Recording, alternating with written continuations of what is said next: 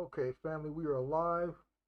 Let's start off with a little bit of one of my favorite little songs here while everyone's coming in here. Um,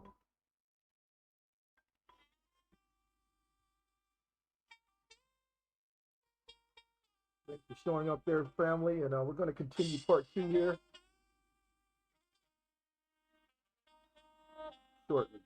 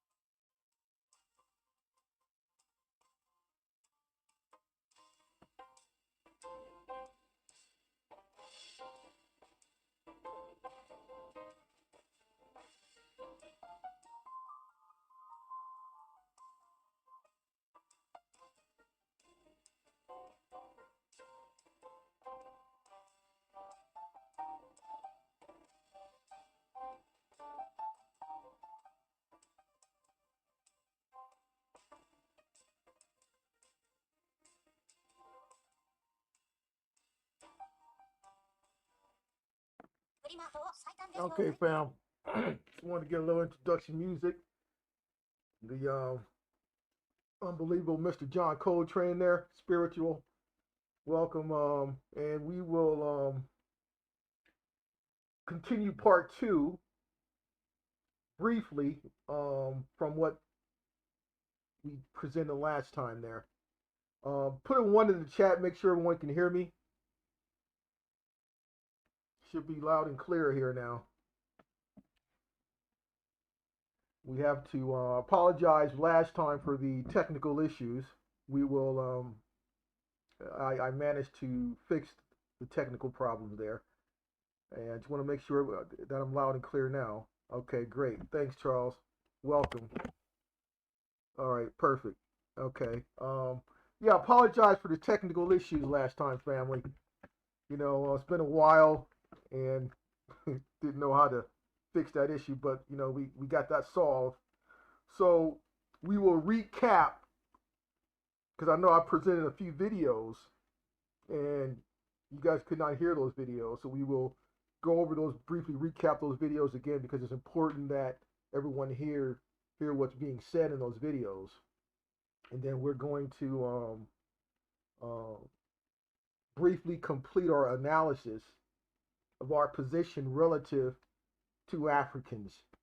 And with the, you know, just the, you know, I've just been hearing a lot of the disrespect about us here, Americans here with no culture and you know, so they basically my grandmother spoke to me, do something, you know, so set the record straight, you know.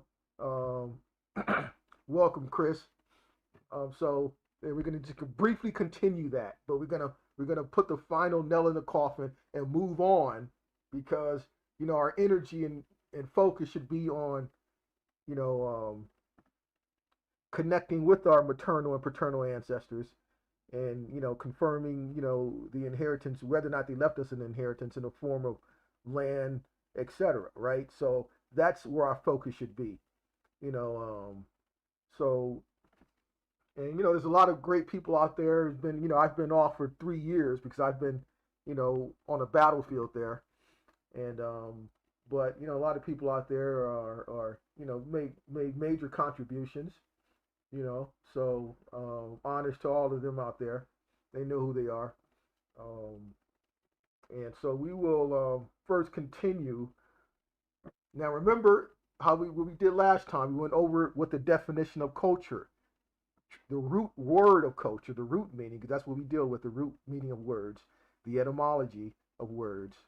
So let's go back, let's recap again on the definition of culture so we get grounded and we will never fall victim to any witches or warlocks when it comes to the root meaning of words, right? When you know the root meaning of words, you know, it's very difficult for you to fall victim to a spell, right? So let me share my screen first of all. Got to do that.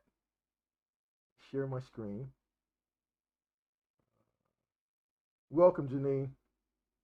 Share screen. Entire screen. There we go. So everyone can see there. All right, there we go. Okay. All right, so now let's go back over that definition again here.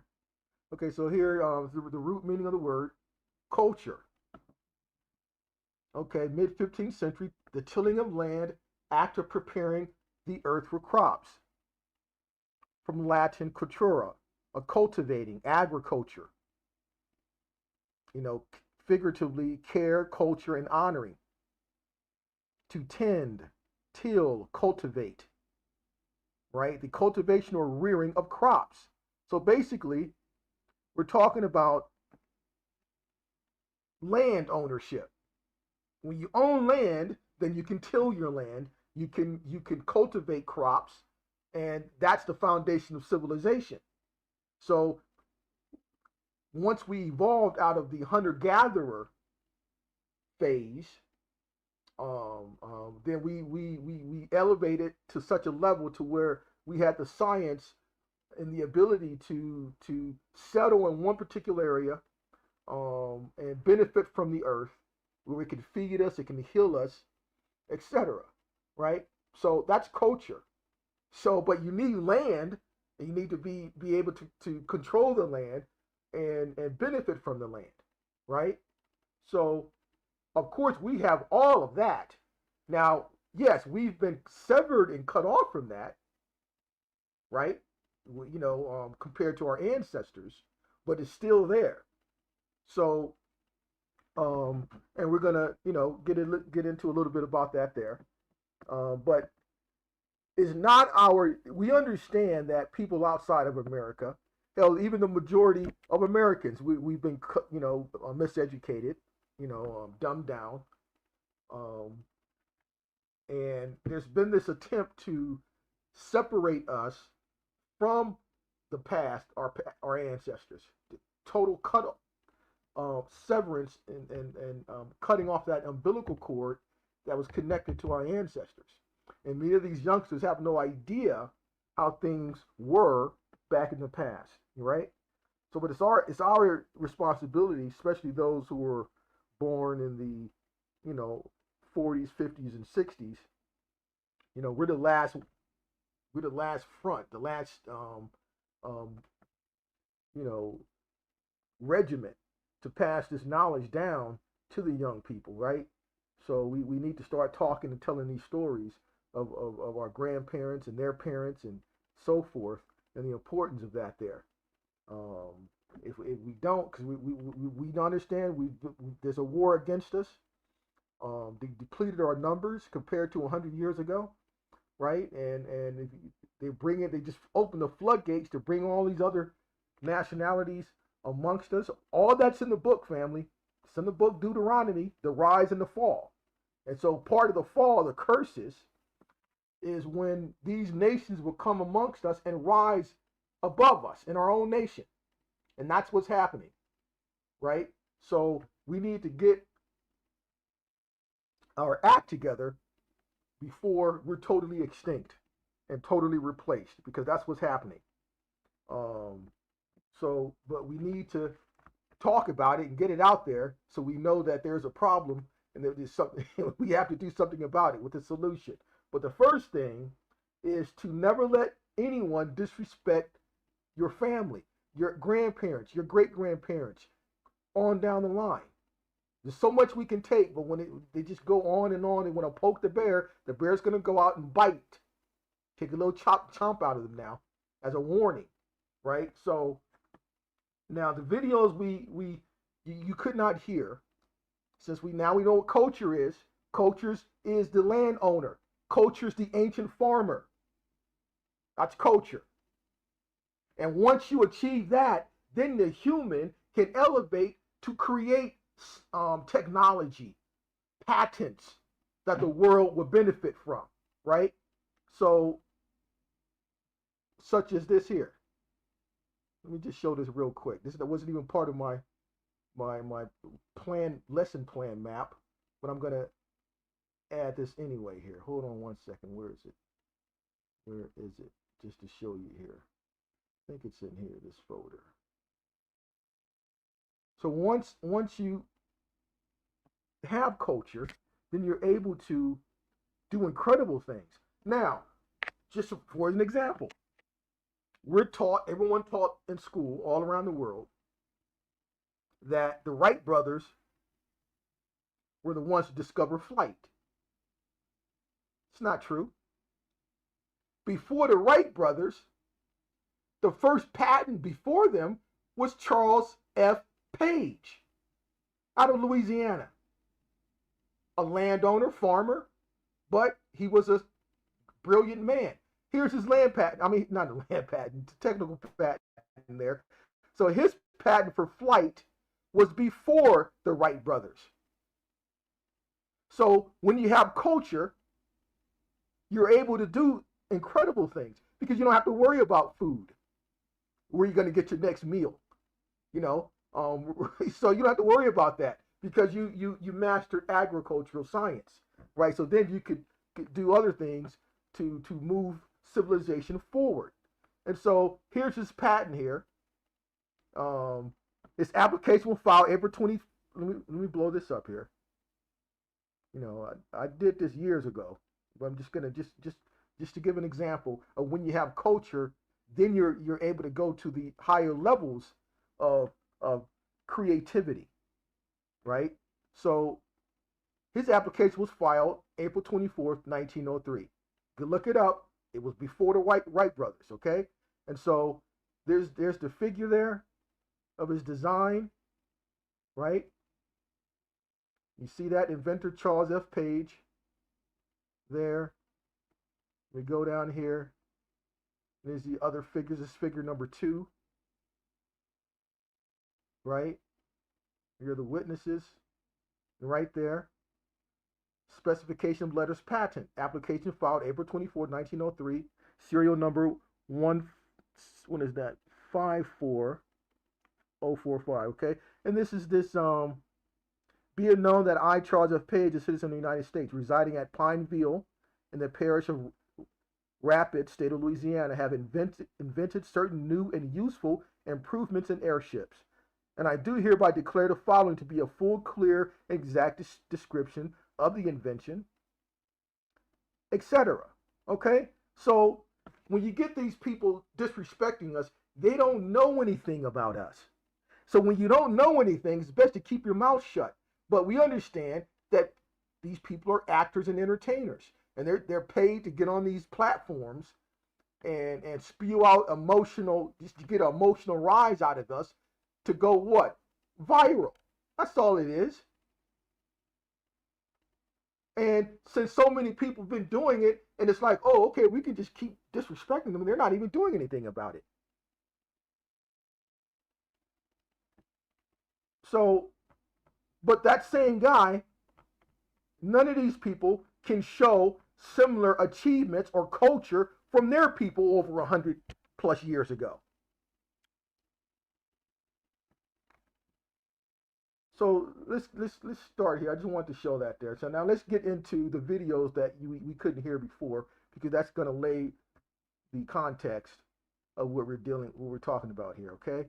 So as in my title, this guy Frank Zanu, right, going all around and he's saying all this disrespectful stuff, right? And so let's hear exactly what he said. Let's go to what he said here. Okay. Right here. So we can play this. You should be able to hear this.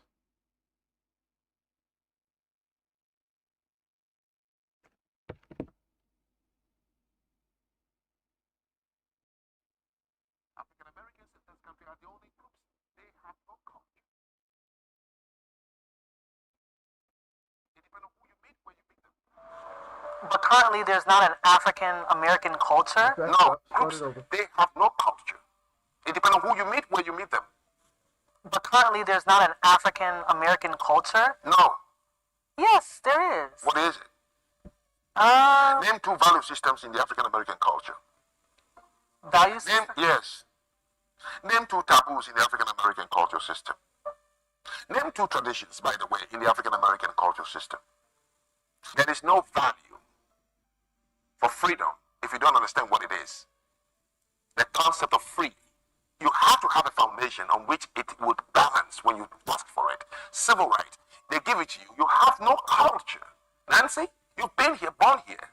Why would you be surprised if I say African Americans don't have a culture? What, twerking? So, hopefully everyone could hear that. Did everyone hear that? Play it again? Okay, Marlon, I'll play it again. We're going to play it again. Let's go back. Let's play it again.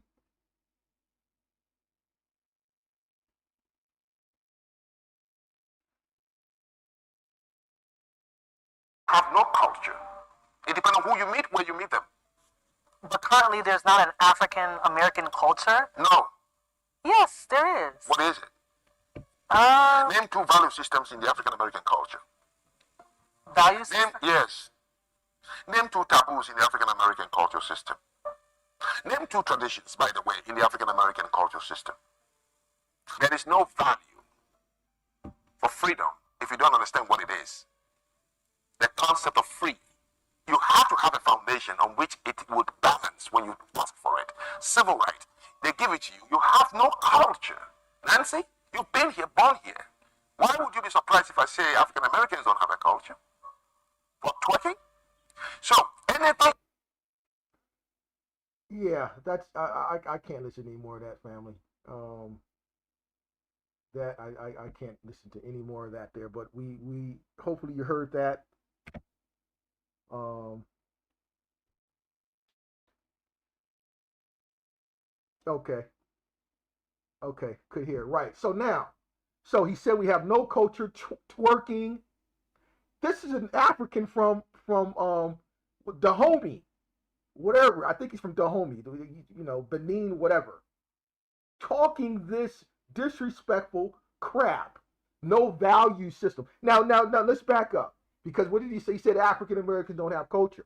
Well, we agree with that. We agree with that because we're not African Americans. See, that's been the problem from the whole later phases of their plan for the takeover in 1988 when they used Jesse Jackson to promote the term. He didn't create it. He just promoted it. We know who were the puppet masters in the background who created all of that. Because that term's only 38 years old. So it shows you the ignorance of him and other Africans who talk like that. Yes, we admit, we know that our image has been damaged compared to our grandparents, the situation they were in, the maturity level damaged. There's been a war on us, and it's still a war on us. We understand that. But when you don't know about people, especially to keep your mouth shut, but we know what these people are getting paid for. Now, so that's what he said there, right? So now let's go to the before we move on, we're gonna go to the other videos. Now, this one here. Because let's let what the Africans say about themselves. Let's show that. All right. Okay, here, this one, because this is the one no one could hear last. This is very important because this lays the foundation right here.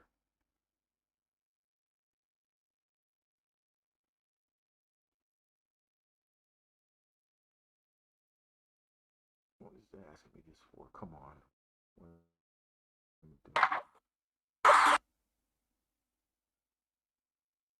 No thanks.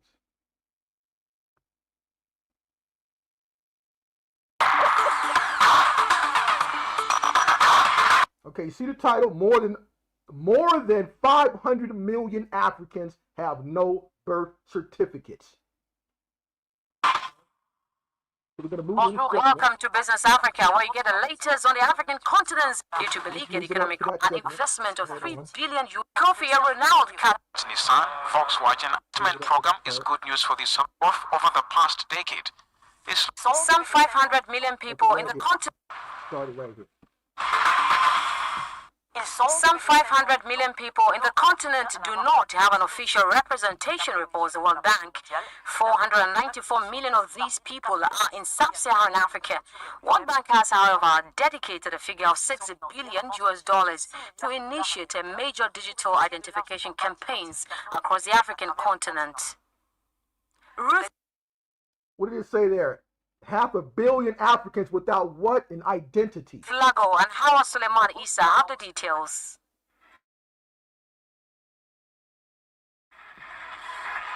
"500 people are without a birth certificate on the continent, according to the World Bank's latest reports. 494 million of these people are in sub-Saharan Africa. In a related development, UNICEF figures indicate that some 85 million children are not registered and do not have birth certificate. Analysts are therefore pointing that the situation reduces access to health, education, and financing services for a large part of the African population. As World Bank's desire for a change of this narrative increases, the institution pledges $6 billion for the identification of these children on the African continent. Further, the institution intends to build on the continent's digital identification and civil registration campaigns through the ID4D initiative, Hence, nearly $1 billion has already been injected in promoting digital identification in 23 countries in Africa.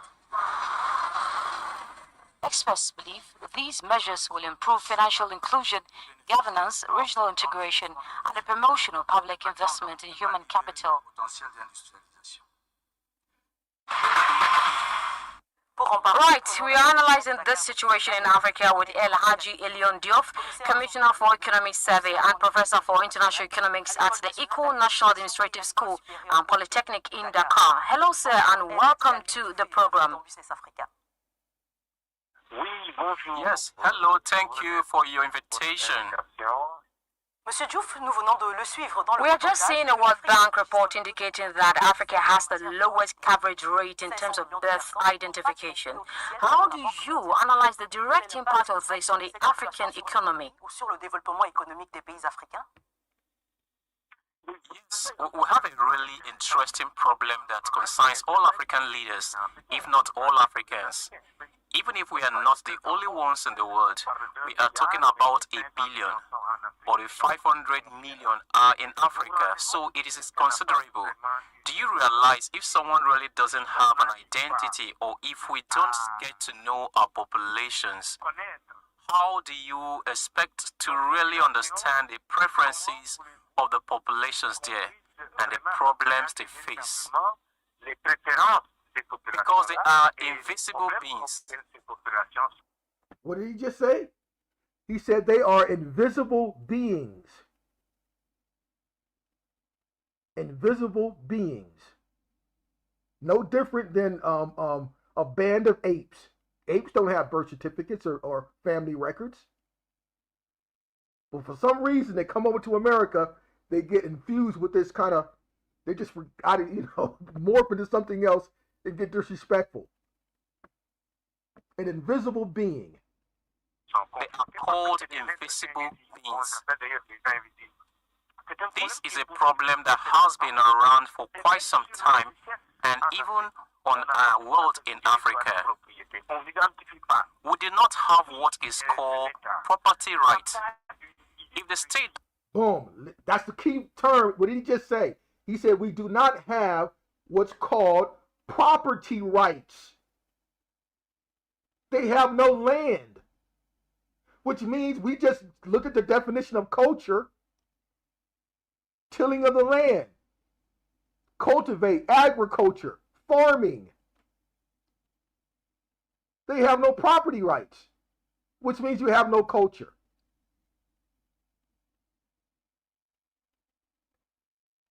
You have no culture.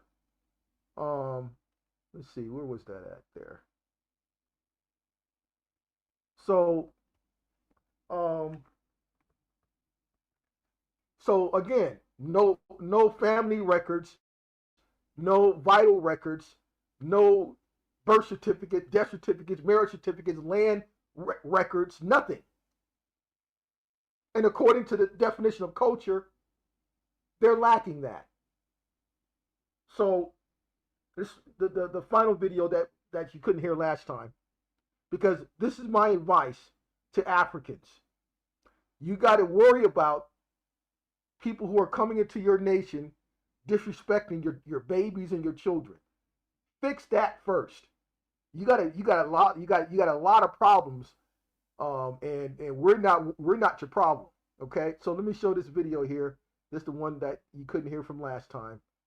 And these are the kind of issues in Africa you should be worried about, because this would never happen to us. Right here. Here's the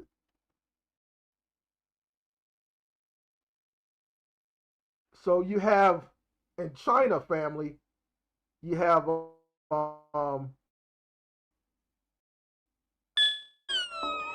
content creators in China who go to Africa, and this is what they do to the children, and it's content. They blow up and they get very, very popular. This is very popular content in China, right? So take a look at this here, because this is disgusting.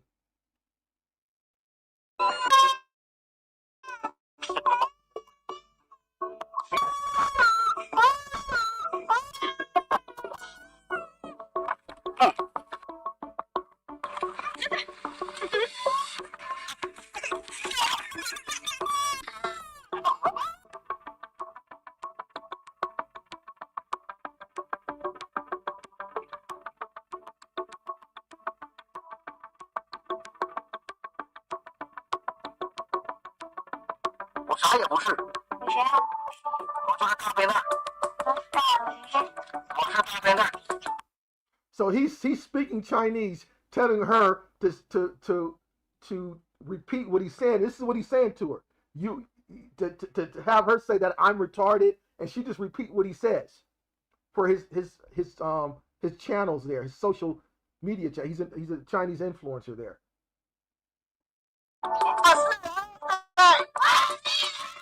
And so teaching them Chinese, so they'll say an expression in Chinese, and the expression is "I'm a black monster," and then the children will repeat it out, not understanding what the true meaning is. But this is what the Chinese are doing for their content on their social media platforms.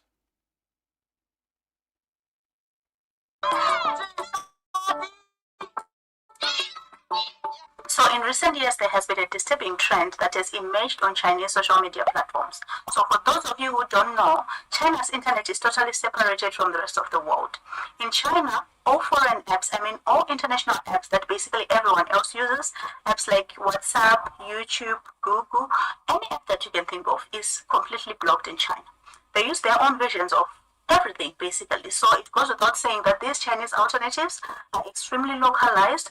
They are mostly in Chinese and they cater exclusively to Chinese audiences. Now, the type of content I'll be dissecting today is a trend where Chinese content creators deliberately seek out the poorest communities in Africa. And once they are in these villages, they get the villagers to make all manner of content. So today I'm going to talk about a subgenre of this type of content that I find especially disturbing, something that I've been seeing for years now. These are videos that feature children, African children. So if you go on my YouTube channel, you're going to see that this topic is something that is very far from my niche, and it is something that I really don't want to talk about, but nobody has really been drawing attention to this problem. I know that the BBC has made a documentary about this before, but I don't know why nobody else has brought attention to it ever since. It is kept going, and honestly, I don't even know why such content is popular in the first place. So since nobody is bringing attention to this unique content, I might as well just bite the bullet and talk about it.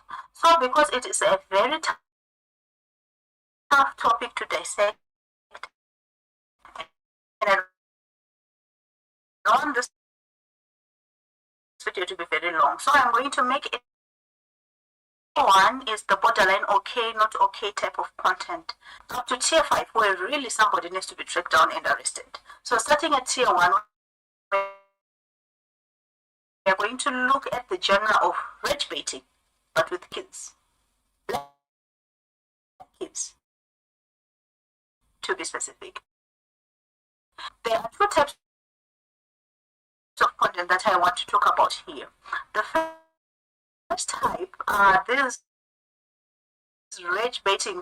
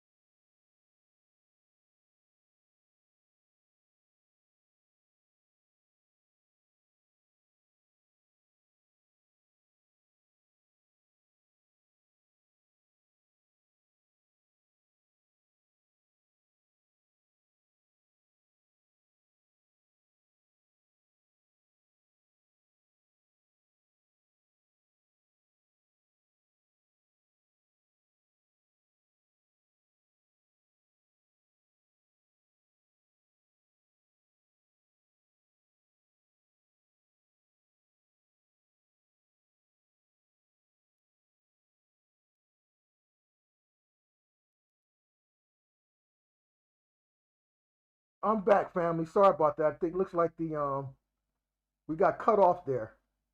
Hold on.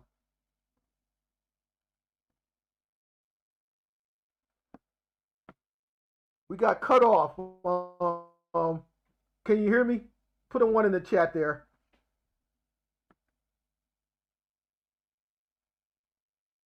I think we got cut off.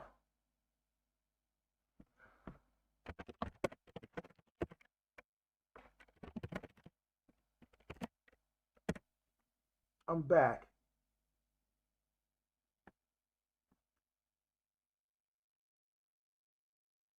Okay, right. Sorry about that. So, did everyone? Did you see the entire video?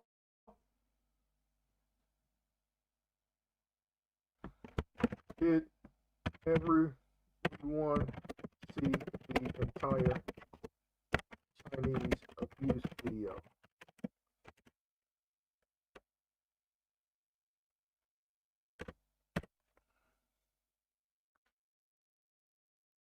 Let me know if you saw that video there. I don't know when I got cut off there.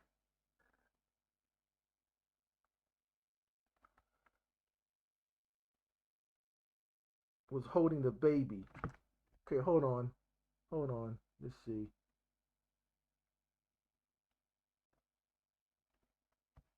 Just show a little bit more of it before we. That is so difficult to address because these videos, they're not being posted on mainstream social media. They are being posted in a country where the social media platforms that we get the point, family. We get the point here. So they got major issues in their own country, but they want to come over here and disrespect us. We know, we get the point. Chinese social media content individuals use African babies to make content by abusing them, and that's allowed. So that's what goes on, and they're not fixing those issues. So now we understand the meaning of culture. Culture deals with land ownership, agriculture, basically farming, right? That's culture. So, and we saw the other video about close to 1 billion of Africans with no identity. They're invisible beings. They have no land records. They have no land, which means they have no culture. Okay, so they're not the farmer who can grow food and not worry about their next meal so they can elevate to higher levels. This is what they told us in that segment we just watched. Okay, so and then you remember, family, in Minnesota, one of the Somali men was talking, and then he said that we don't know our fathers, and we don't so they try to put their situation on us, right? They're definitely misinformed, because when it comes to genealogical records, in particular us in America, we have the richest records compared to any other nation on the planet.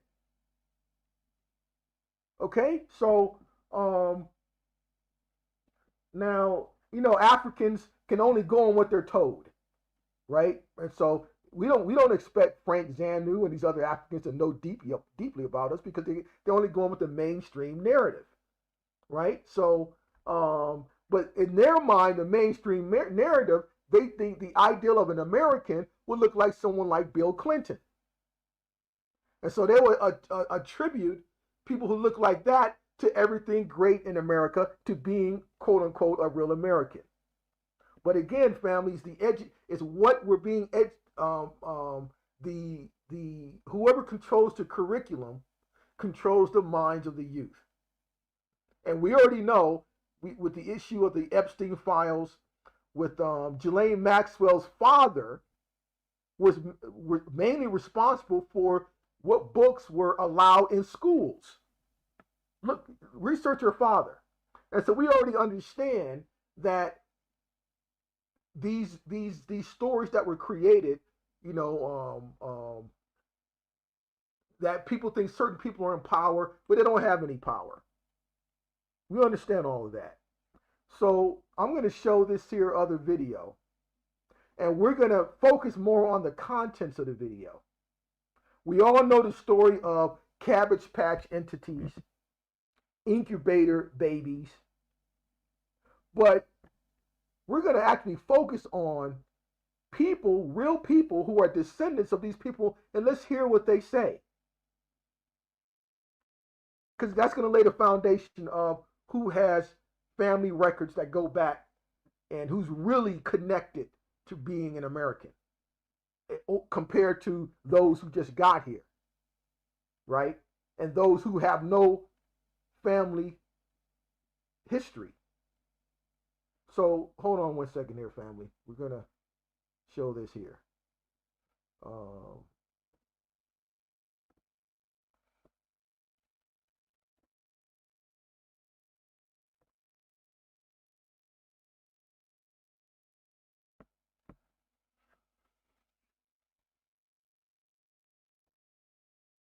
Thanks.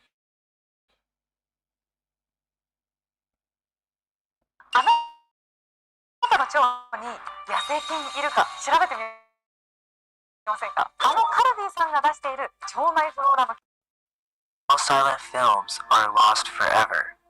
About 10,000 American silent films were produced, but only 2,700 of them still exist in some complete form. Okay, but what we're going to do here, fam, we're going to focus on the comments. I like to focus on the comments here. Hold on a second.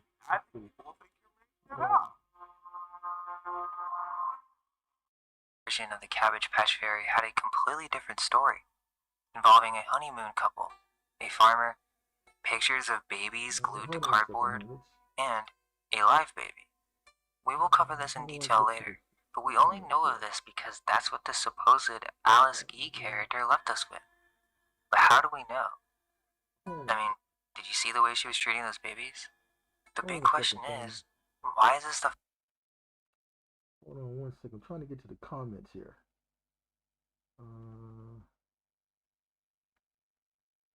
Let's see. How do we get to the comments here? Let's show the comments here. Oh, it's not letting me do that for some reason. Hold on 1 second here. Mine unveiled.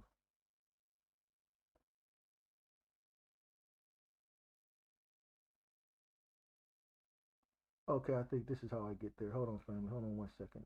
Hold on 1 second. Hold on 1 second.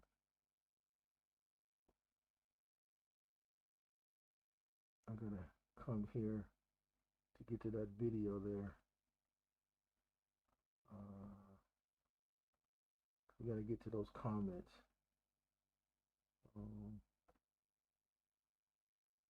Short.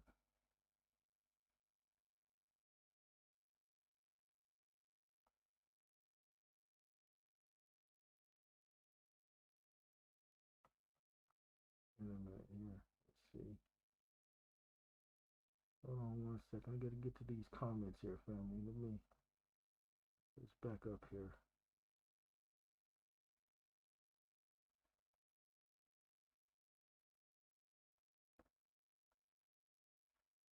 So basically, this video talks about the postcards over 100 years ago. And oh, okay, here it is, right here. Okay, here. Okay, these are the comments. All right, so now.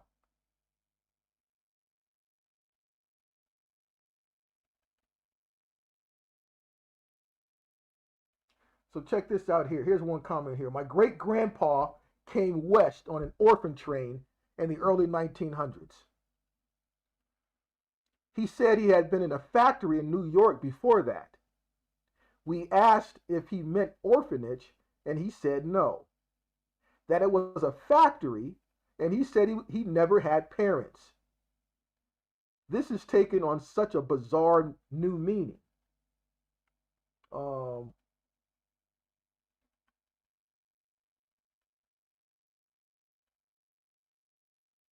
Okay, yeah, so I did a huge dive into this back in 2006.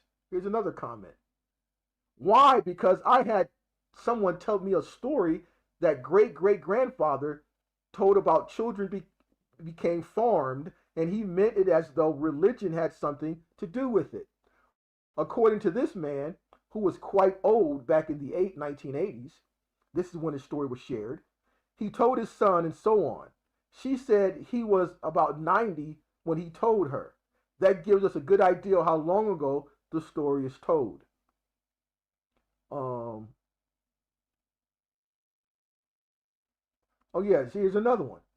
This is going to sound kooky, but here it goes. Back in the mid 1970s, I met an old couple. I befriended and would drive to appointments, the store, and such. The husband told me that he had no parents and insisted he was quote unquote manufactured. His wife, who had parents, told me that he was telling me the truth and that, quote, there were many, many others, unquote.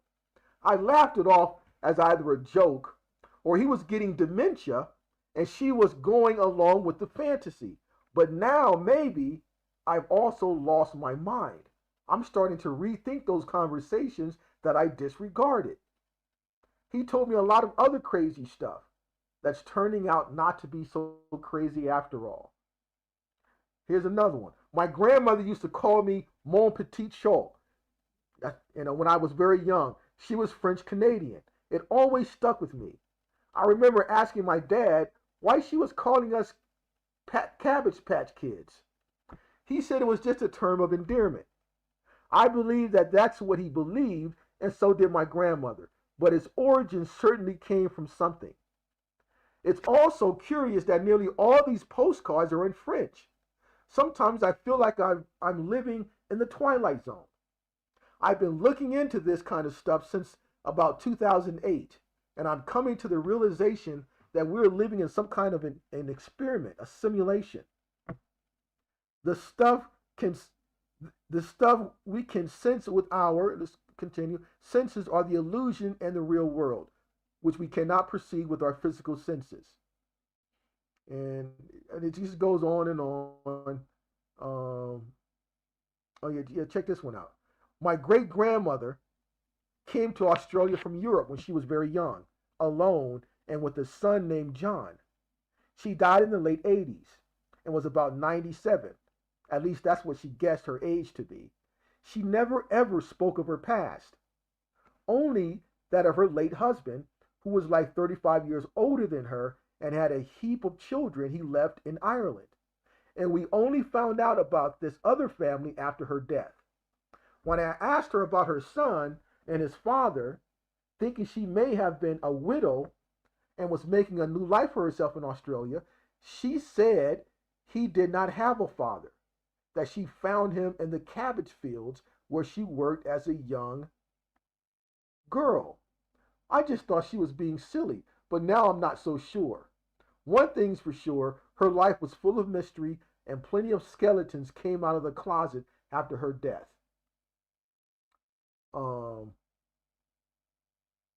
Listen to this one. My thoughts on this are that we historically experienced some type of reset in the 1800s that left women, men barren and wiped out huge portions of the population. It created a lot of confusion and perhaps wiped the memory of those who survived due to the trauma they experienced. Therefore, babies had to be manufactured to repopulate humanity once again. Here's another one. My grandfather was raised in an orphanage. We have tried to trace where he came from to no avail. I have for a very long time felt they mass-produced babies for the wars. Interesting, I noticed one of the cards has them wearing military hats. My stepfather was a trained orphan. He died last year at 88.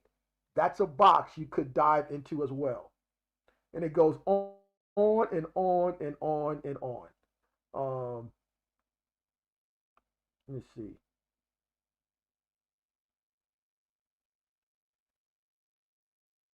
Let's see here. Anything else before we move on? So you see this family, but see these people have these stories in their family.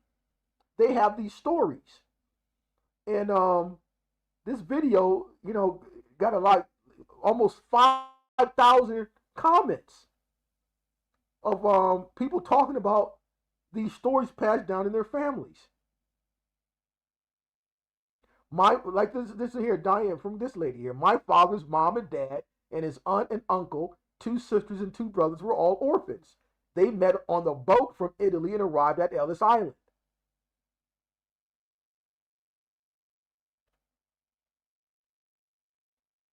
Seriously, it's very strange that the celebrities are linked from family ancestry tree while the common people aren't. Our recent ancestors were actually manufactured. We are the great grandchildren of clones. These are the comments they're having, family. We never heard stuff like this. Because we don't, I don't have this in my family. I can go back. So, speaking of that, now let's move on. And I'm just going to, so we see that there. But see, Africans don't know any better because they don't know what's really going on in America between certain groups of people. They see what they see in the movies, what they get in their books, and everyone falls victim to that. But it has nothing to do with reality. Nothing to do with reality. So let's start here. I'm going to start off by just sharing a little bit of my family history, records that Africans don't have. Let's show them what a little bit of it looks like. Because they need the education. They need the education, right? So, we don't know who our fathers are. My God, what madness. So hold on one second here, family. Let's pull up my file here. Okay, here. Okay. So I'm gonna just show a little bit here. Okay, here. Boom. Let's open this up.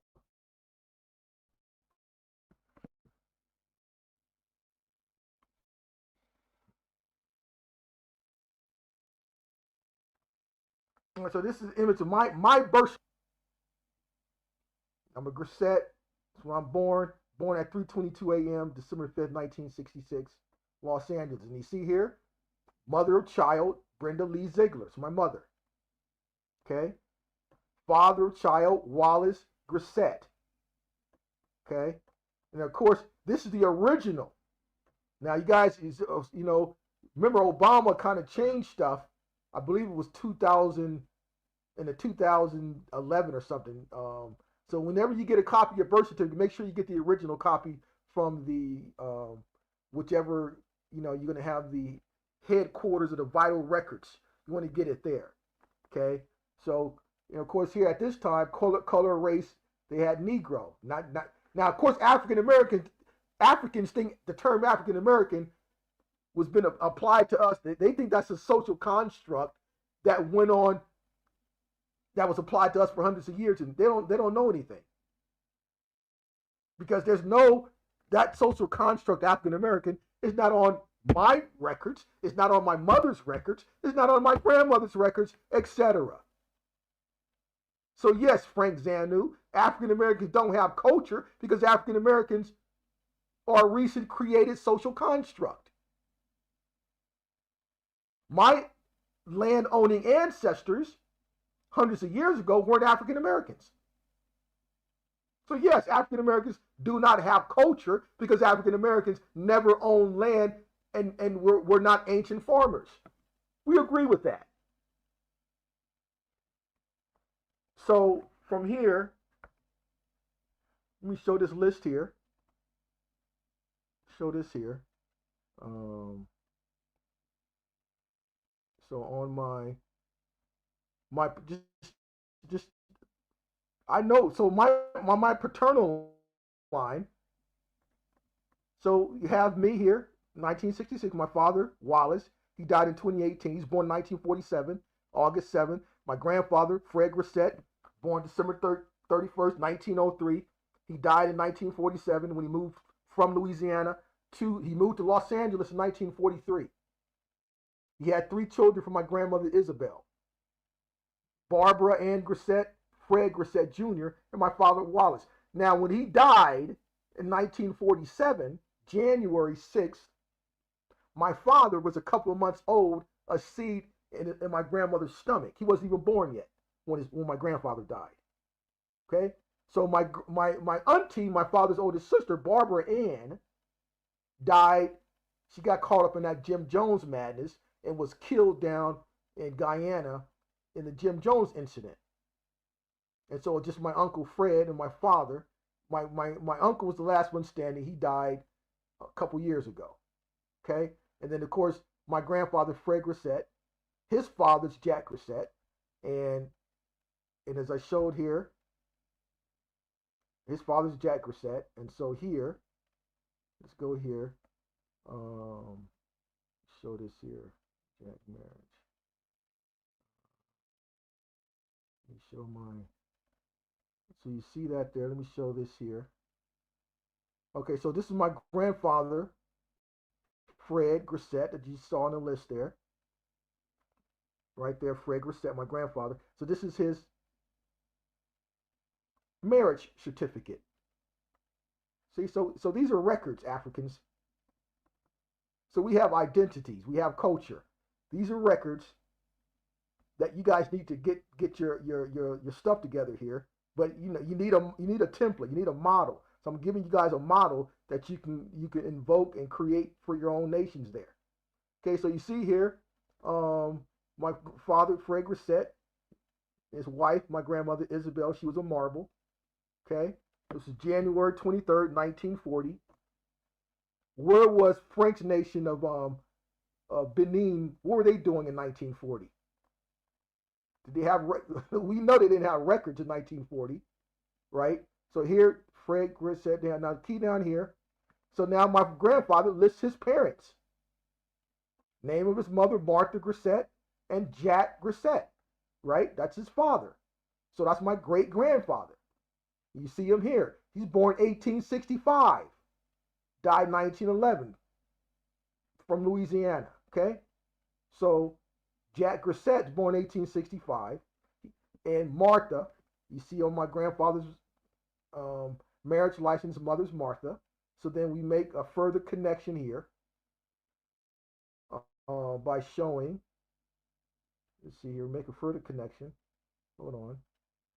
So he sees me, my father Wallace, my grandfather Fred Grissett, and on his license he named his mother Martha and his father's Jack Grissett. So we go down here, and this is my great grandfather's marriage certificate. State of Louisiana, Clerk's Office, Bellevue, Louisiana. Okay. Celebrate marriage between Mr. Jack Grissett and his wife Martha Richards. That's her maiden name. Well, we just saw on my grandfather's marriage license, he mentioned his parents, Jack and Martha. Now his parents, my great grandparents, my paternal line, their marriage license in the year October 16th, 1889. So, and then of course, Jack Grissett's father is Thomas Grissett, born 1826 in Monroe County, Alabama. All right? And then from 1826 to exactly 200 years ago.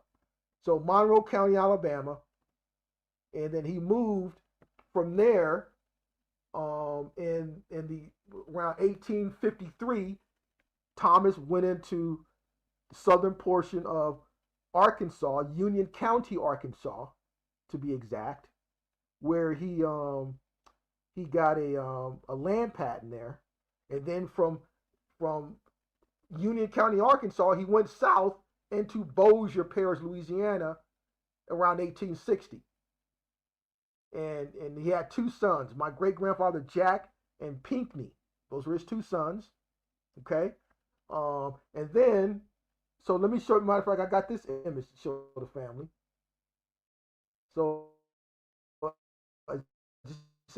Thomas was born 1826, Monroe County, Alabama. This is the house he grew up in. Still stands in Monroe County, Alabama. House built in the 1820s from his father, William Jesse Grissett. who's born in North Carolina, who moved into Alabama in the early 1820s. This house still stands. It's a Grissett house. So, and then my grandfather left Bossier, Louisiana, and moved into Labette, Parsons County, Kansas. I got him on a census there, and so let me show this here. He moved into Kansas, so I can give you this about the migratory patterns of my ancestors. Okay, so let me show this. 1980, 1880 here. I think I have that. Let's see here. 1880. I think I have the 1880 census here. 1880. Okay, right here. So this is the 1880 census. This is another record we have in America. Africans. Census records. Right? So this is the 1880. You see that? June 15, 1880, Labette, County of Labette, State of Kansas. So he moved, he was born in Alabama, 1826, went into Union County, Arkansas for a while, came down to Bossier Parish, and then settled in Kansas. But what did he do in those 2 stops in Kansas and Louisiana? He got land patents. Ancient farmer, agriculture, culture. So he's in Labette County, Kansas. We can see his name. These are the head of families. You can see his name on here.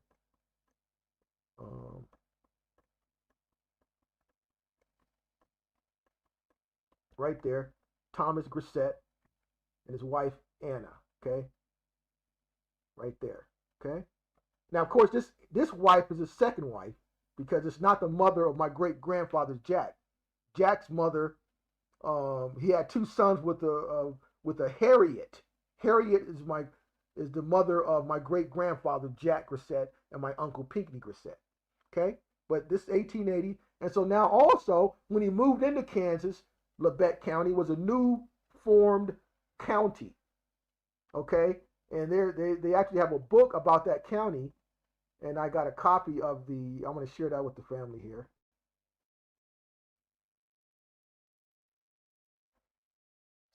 So here's a book on Parsons County. You see that Labette County, Kansas, for 1880. This is when this was written, talking about the new form county. It lists all of the churches and the Masonic temples and the how much agriculture they produce, about their economy, and it lists all the individuals living, important individuals living in Parsons, Kansas, in this book in 1880. So this is just a screenshot of the cover, and then the page where it lists my great grandfather, my second paternal grandfather, is on this page here. I took a screenshot from family, page 45. To see all these names, you come here, Thomas Grissett. Okay? And he was a farmer, of course. Farmer. That's culture. Okay? So we can show you books going back hundreds of years of our ancestors. Documents that nearly a billion you guys don't even have. Being farmers, owning land. And we're not finished, so that there, right? So then now on the thumbnail of this presentation, now I'm going to share a little bit. I just showed my paternal line. Now on my maternal line, my mother, this is the thumbnail of my presentation, right there. This is my great grandfather, great maternal grandfather, my grandmother's father, Edmund Coco. He was in World War I. This is him in his uniform. Okay, he's born in 1892, also from Louisiana. All right, he died in 1974. Okay, so this is the image I use for my thumbnail. It's my great grandfather. All right, this is a picture in the house right when I grew up with my grandmother above the piano. And here is a picture of my grandmother on her obituary here. She died in 2007. That's an image of her there, Ruby Coco Lewis, right? And so from here on here, we go back to her story, which I can share about my grandmother. This is her story and her obituary. So we see the family connections. My grandmother Ruby was born April 12, 1923 in Shreveport, Louisiana, to the late Carrie Presley and Edmund Coco. That was his photo I just showed you for my thumbnail. Her father, Edmund Coco, and then her mother, Carrie Presley. I'm going to show a little bit about my Presley ancestors as well. So she attended and graduated from, this was Central Colored High School. That was the name of her high school in 1941. Central Colored High School. No term as African American never existed in those days. And then my grandmother married my grandfather, Lee Arthur Ziegler, and they had 5 children. Marie, Carolyn, my auntie Brenda, this is my mother, still alive. Eddie, my uncle Eddie, he's no longer with us, and my auntie Rhonda, still alive. Okay? My grandmother was blessed with 21 grandchildren, 15 great-grandchildren. All right? And she remarried again in 1974 to my step-grandfather, Otis Lewis. She went to Mount Moriah Baptist Church. That's down there. And then we go down here. And she leaves behind her daughters, Brenda, Rhonda, son Edward, grandchildren, Latanya, Charles, Andre, that's me, Darnell, Kim, Keisha, Chappelle. We got all this. So we know who we are. We have family connections. We have records. Okay, so speaking, let's go back up. So my grandmother's mother is Carrie Presley. Okay, so Carrie Presley's father. Now let me show a little bit of this here.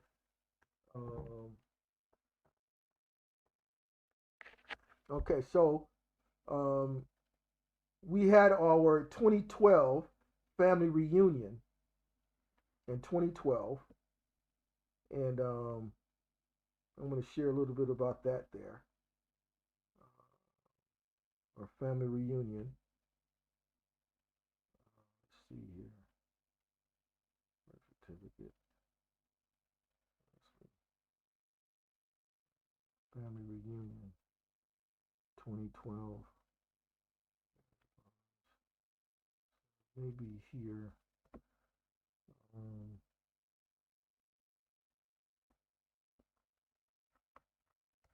Okay, right here. So this is our 2012 family reunion.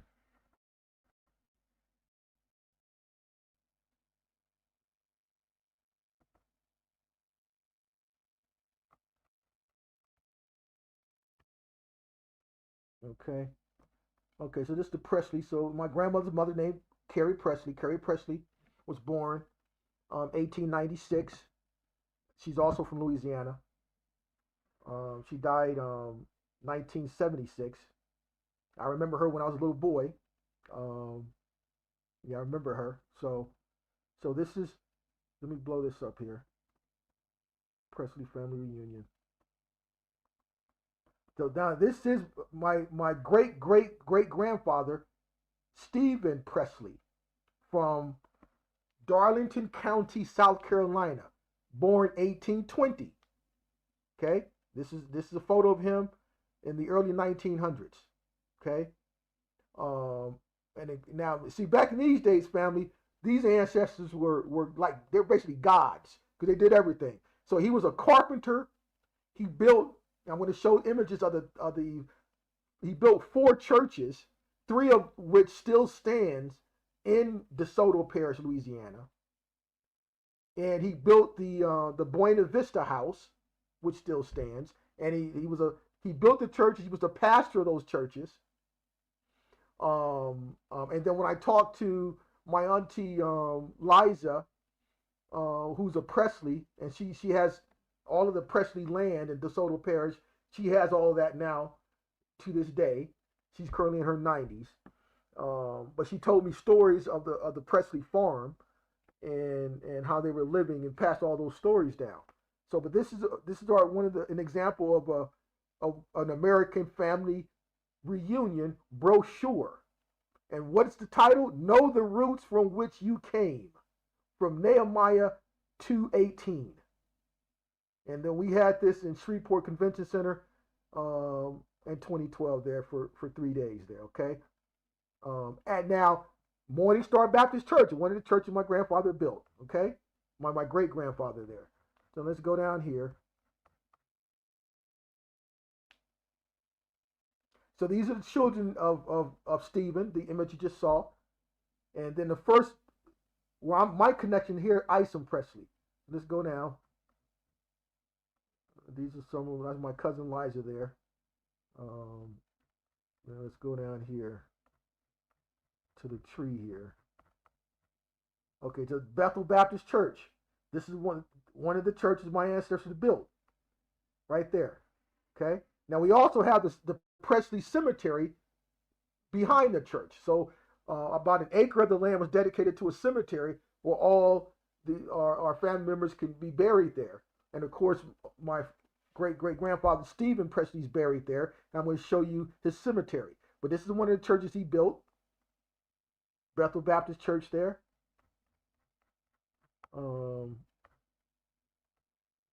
This is now, he was from Mechanicsville, is a little area town near Darlington, South Carolina. That was one of the famous Baptist churches that was connected there. Morning Star Baptist Church, Gloucester, Louisiana. He built this one, still standing there to this day.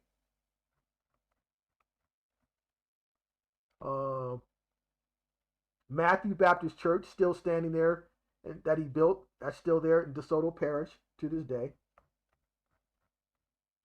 Now this is the Buena Vista house.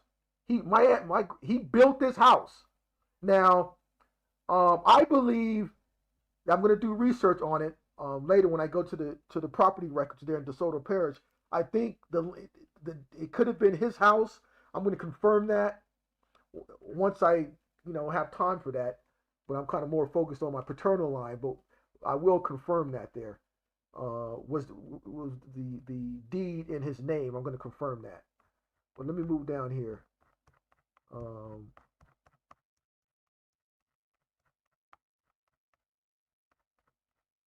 So they talk about, what did Frank say? Name two cultural traditions and all this kind of crap. Well, family reunions is a tradition. We got together on our ancestors' land, and we know land deals with culture. And this is an example of one of our cultural traditions, Frank Zanu. Where we can go back to the land and the churches our ancestors built over 200 years ago. All that cultural, that umbilical cord is connected. So here's the image here, the tree here. So we see Reverend Stephen Presley, his wife Phyllis. They had 8 children. So Isom Presley, that's where I start. We start here because Isom married my grandmother's mother, Carrie Presley, that you saw before. So Stephen's first child, Isom, was born in 1845. Right here. So right off Ancestry.com. Right here. So Isom Presley, 1845, died 1915. Now this here is his tombstone, which is crazy. I don't know how they allow this kind of old tombstone. I will, give him a respect. I'm going to get a real tombstone made for him though. But yeah, this is Isom Presley there. So let's go back to the deal there. Presley. Okay, so you see, so we have culture, we have connections, and this is an example of culture for the Africans listening. All right, and then these are all the records associated with them that we have here, right? So that's on my maternal line, right? So now let's kind of move into the next segment here. Now, Latin, during the previous presentation, part one, I talked about it, but I didn't really show the images. Now, remember I mentioned Sir Solomon Sir Jones, born in Georgia, and he moved into Indian Territory, which is called Oklahoma today. And he took a video camera over 100 years ago, and he just videoed as a hobby. Now he was also a preacher, had many churches, very very successful, but he had a hobby, and he would take a camera and just start filming. And this is in the early 1920s. And areas in Indian Territory, what they call Oklahoma, all over the U.S., Texas, Tennessee, Indianapolis, Chicago. He went everywhere. And then he traveled around the world: Egypt, Palestine, France, England, everywhere. So I'm going to show a few clips from that documentary, so then we can show the world and Africans how we were living over 100 years ago. Okay? And whether or not we have culture. So, hold on. So, Solomon Sir Jones. I'm going to show this first. His father is John Wesley Jones. Okay? So, this is the 1850 census of his father. Now, this is before Solomon Sir Jones was born, because he was born in 1869. But we're just going to go a little bit back on his genealogy to show his situation. Now, this is the 1850 census. Okay, free inhabitants in the county of, I can't really read that there. Scott. Okay, county of Scott, state of Mississippi, August 7, 1850. Okay. So let's go down where his father's listed.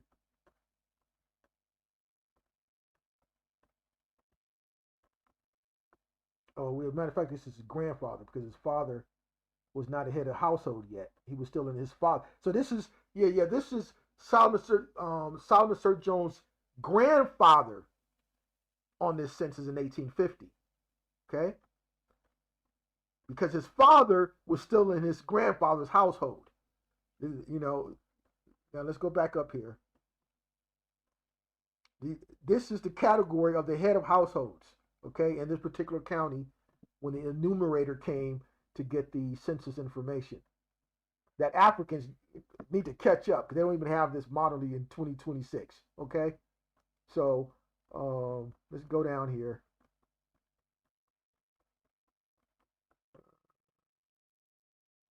Okay, right here, Jeremiah Jones. So this is Solomon Sir Jones' grandfather. And what does it say his occupation? Farmer, culture, the tiller of the land, the agriculturalist. And so now in this household, John W., that's John Wesley Jones. That's Solomon Sir Jones' father. And in 1850, his father's 19 years old in his father's household. But see, the world gets this image that we were, according to the movies, in chattel slavery. This 1850 family. So again, they reconstructed the histories.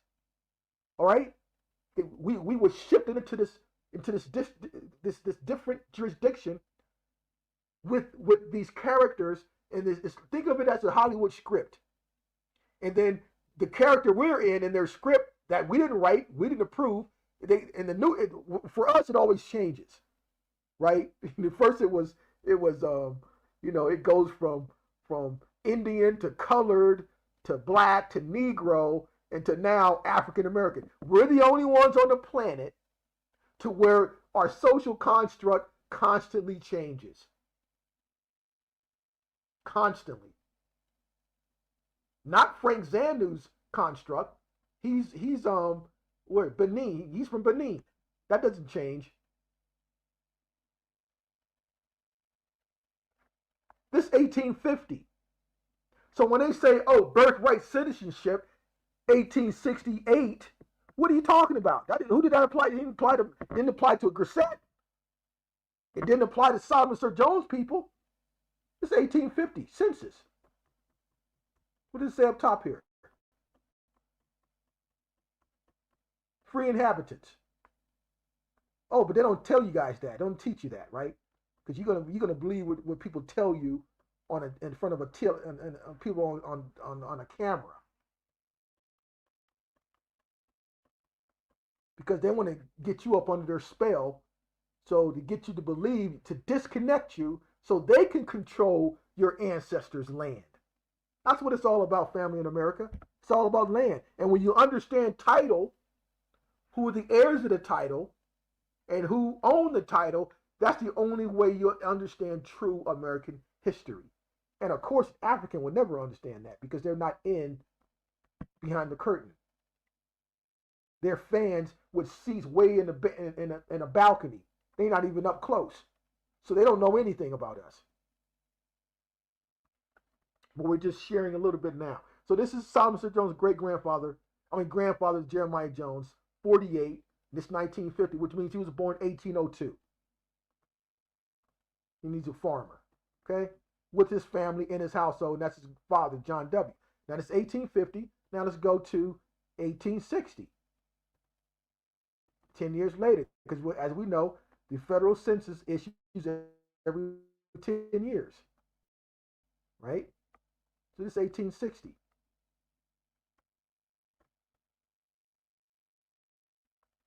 Now this is Georgia, okay? So 1860 there, now this is his father, John W. Jones, John Wesley Jones. So John Wesley Jones now living in Georgia. And remember, we just saw 1850, he was 19. So 10 years later, he's 29. And he's a man, head of his own household, but he moved from Mississippi into Georgia. And he's on the 1860 census, free inhabitants. Let's go down here. John W. Jones, there he is right there. He's just like his father. He's a farmer. And his wife, housekeeper, stay-at-home mom. And then they had a junior. Now, of course, this 1860, Solomon Sir Jones not born yet, so he's not on this census. So then we go to the 1880 census.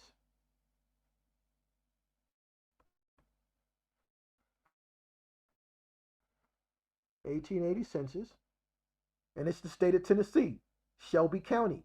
So his father was in Georgia in 1860. 20 years later, he's in Tennessee, the state where Solomon Sir Jones was born. Right? So let's go down here. Show this here.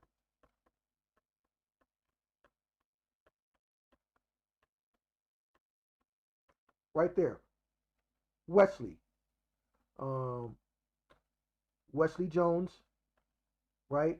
John Petty, Solomon, there he is right there, the son, okay? 10 years old in 1880, so he was born actually 1869, so he would have been 11 later on this year.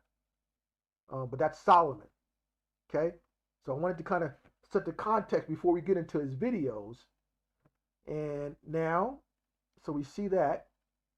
Now I'm going to show this here. Solomon Sir Jones' passport. Image of his passport. Okay. So United States of America, October 27th, 1924. Okay. State of Oklahoma, County of Muskogee. I, Solomon Sir Jones, a native and loyal citizen of the United States, hereby apply to the Department of State of Washington for a passport.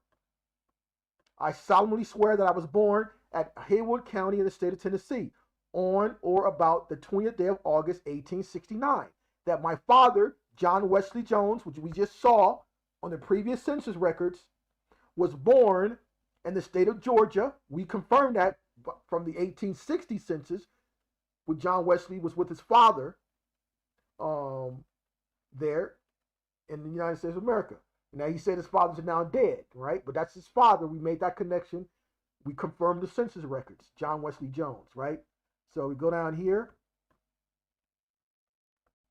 Where's he going?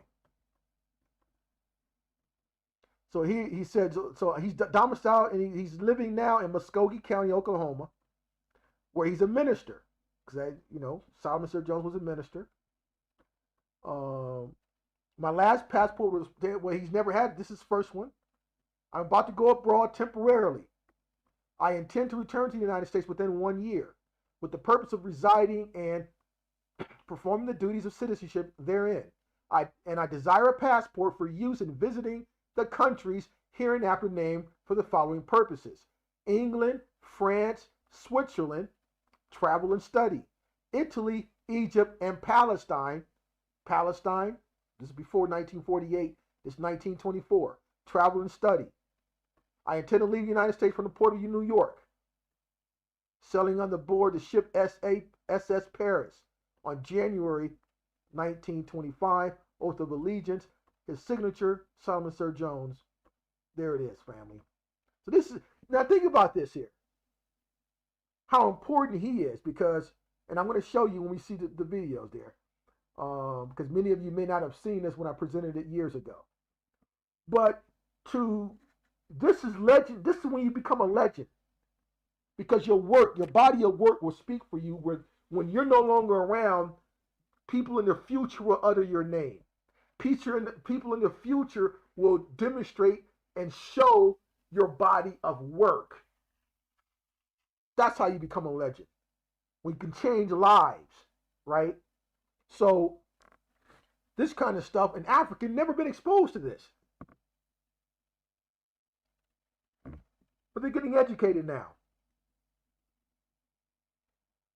All right, so that's his passport. Let me show you. Here's a ship manifest. The ship manifest.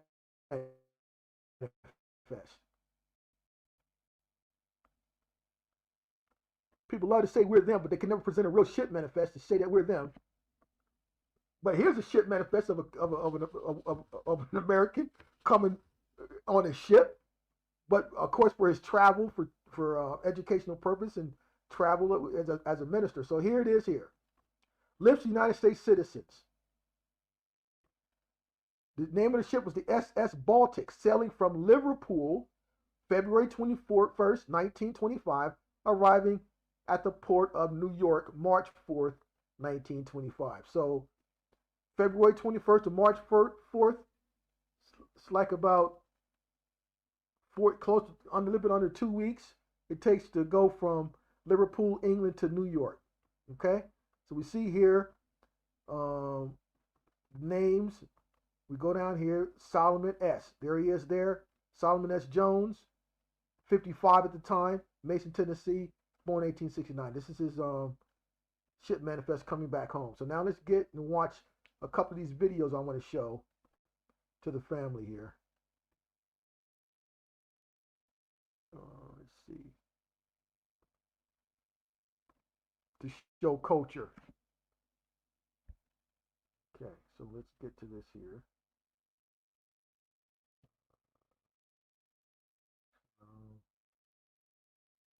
Okay, here's the link. Okay.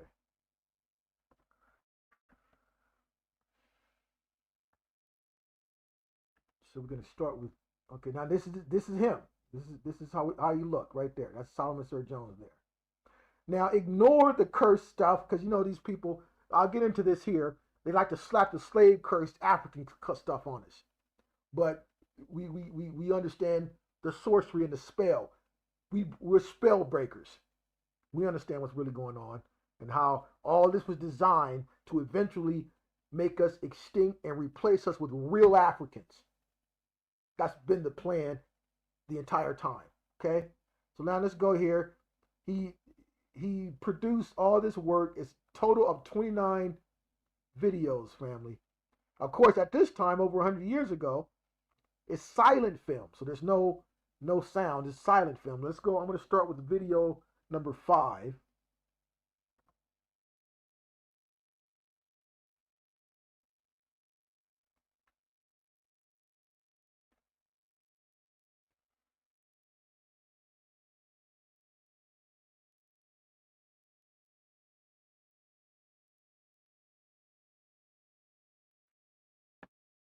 Wait for it to boot up here. Verifying. Have to go through all of these steps. Verify you are human. Check that. You're verifying that I'm human, family.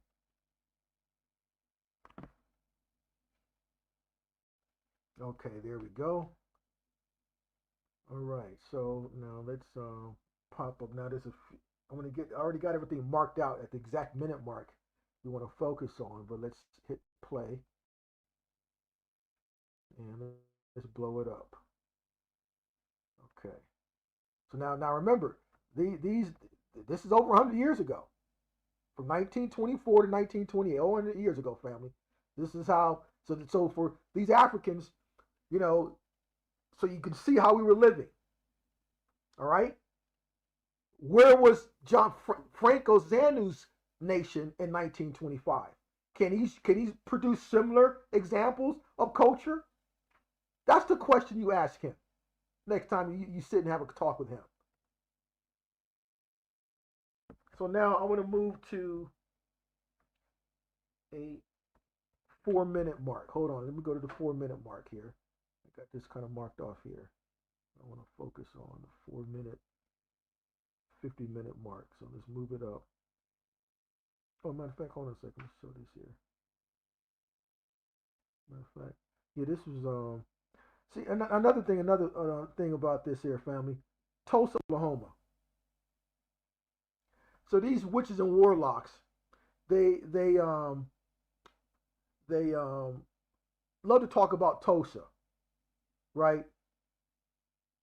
But they only mention, they never mention that Tulsa rebounded and was better than before. And what I believe, yeah, right here, look at that. So, Turkey Day, Thanksgiving football tradition we have in America. So this was Turkey Day football on Thanksgiving Day between Muskogee. Oh no, this is Thanksgiving Day parade. This is the parade, November 22nd, 1925. But we're gonna move to the. I'm gonna show the football game a little bit here first. So yeah, about Tulsa, they never tell you that Tulsa rebounded and was stronger than it was before 1921. And we're going to see an example of that. Okay? Because this is the name of the game, family. They slap you with the slave curse. They say, oh, well, you had no freedoms. You couldn't move. You couldn't read. You weren't allowed education. You weren't free for money. You couldn't own land. You had no rights. And then even after it ended, you were under Jim Crow. All these are spells, family, that we fell victim to. Because this is supposedly during the Jim Crow era that what the Solomon Jones. This is the gift from Solomon Sir Jones. The gift from him to us to show you the reality, what was going on during the time that we're taught in schools and in the movies that we were just always suffering. Well, they have to think about that. If you go into this great place and you wanna try to overtake what these people have, what's the best way to do it? Not fire a bullet, because the pen is more mighty than the sword.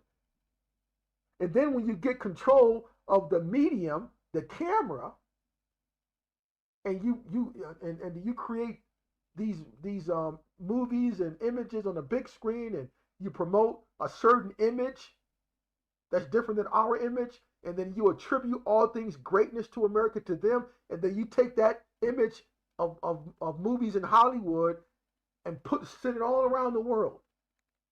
Of course things are going to change, and then you create this story. But let's continue here.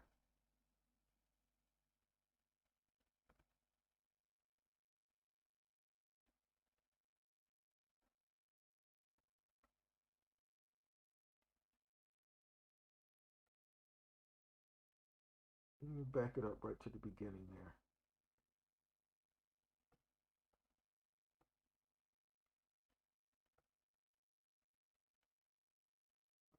back it up a little bit more. Okay. Okay. There. Now, what you're seeing, you see all these cars, these vehicles, right? Um, and this, Frank Zanu also said, family, he said the only people on the planet who can create civilization and towns and cities and all of this stuff are pale skinned Europeans. He literally said that from his mouth. Now, of course, that's how they educated people like Frank Zanu. He doesn't know any better. He can only go on what he's told. This is, so here's a nation in Indian territory. This is their stuff. No one made this stuff for them.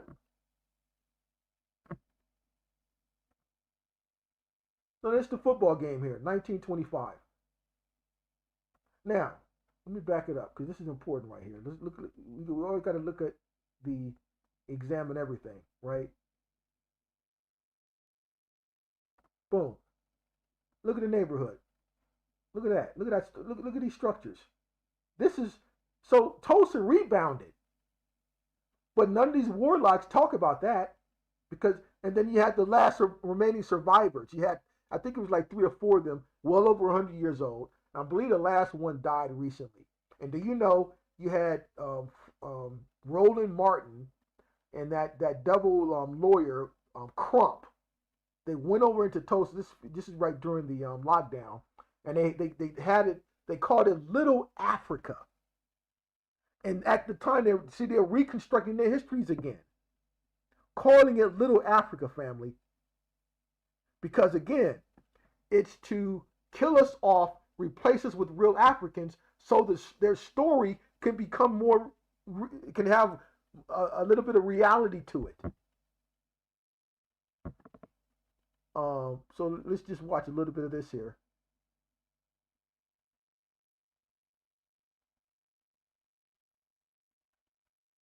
Right, and then so they had all this infrastructure here. Now I want to get up to remember when you have stuff, you have to be able to protect it, right? You have to be able to protect it. That's key. So let's move up here. It's his farm. Yep, this is his farm, his cotton farm.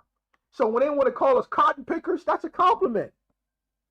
They're right where our ancestors were cotton pickers, picking cuts because cotton was king, and the world depended on it, and that's how they got wealthy. Picking cotton on their land.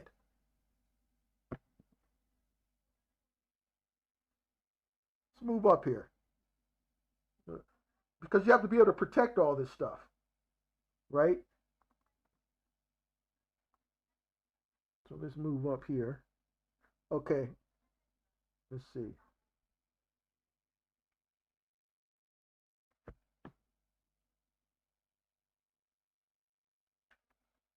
Let's show the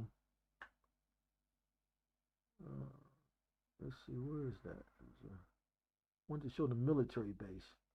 Their military base. Hold on. Is it? Oh no, that's a different video. Okay, so we got that. I'm gonna show the military base, right? Because you have infrastructure. Now remember years ago I did a build on Indian Territory, Muskogee, which was a separate in America, and where I talked about the financial situation of Denver land and homes and probate estates at the time. They were number one outdoing the United States at that time. And I presented that in a presentation years ago. We're not going to get into that today, but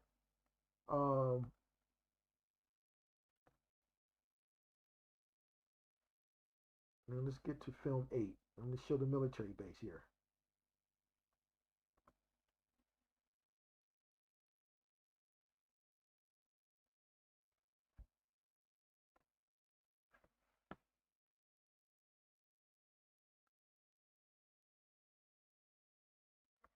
Okay, let's blow it up here.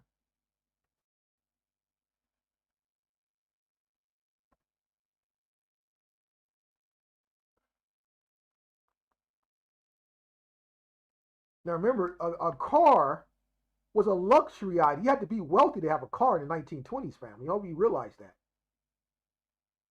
And the people like Frank Zanu worship and think who are the real Americans, they were just getting here. They were poor. They were just coming across Ellis Island.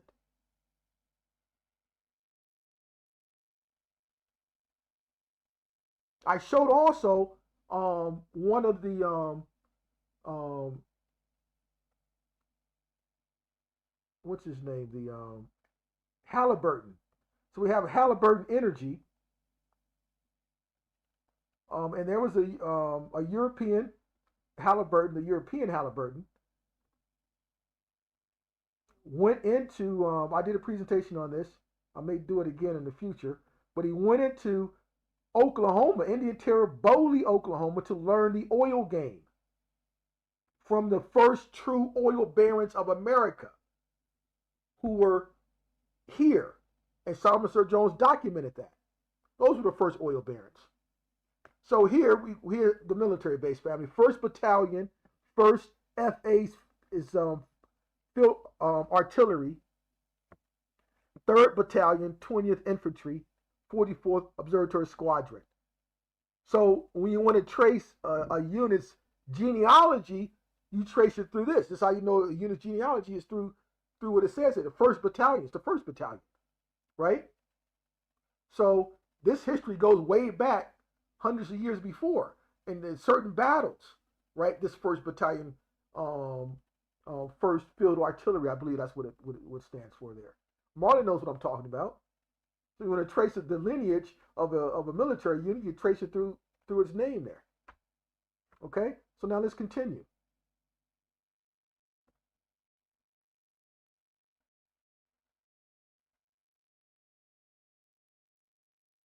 So that's the general store on the military base there. That's a general store. I mean, an exchange with the exchange. That's what it's called. It's an exchange there. Okay. These are barracks. Now there, right there. Look at that. Now this here is basically this huge structure here will be a hangar. It's a hangar, right? And in there they'd have all kinds of equipment, and we know what we keep in hangars. It could be aircraft. It can be ground, tanks, whatever that they use as well. But that's a hangar.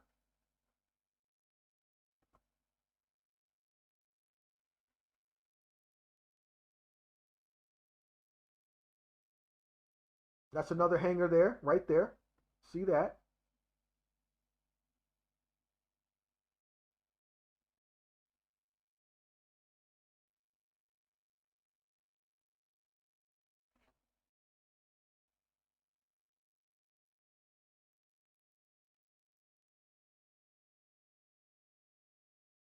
Now here. Now I want to just kind of highlight. I took a screenshot of this brother here, right here, here.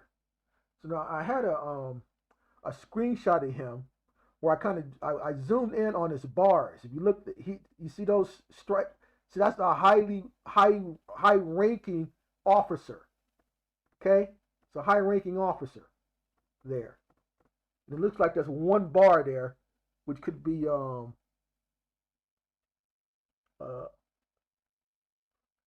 1 star maybe. Okay, but now when I also analyze his uniform, this at the time, this is not falling up under the United States military. Remember, Muskogee is a separate, its own nation. Solomon Sir Jones, all this is in Muskogee, under the Muskogee jurisdiction.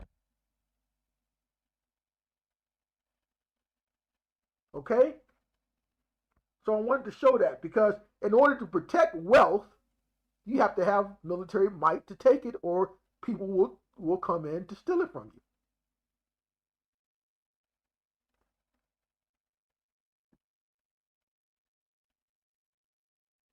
Yeah, so I wanted to show that real quick there, on that there. Let me see what else. Something else I wanted to show here. Oh yeah, I want to go to the school footage. So I want to show some of that, the school footage there.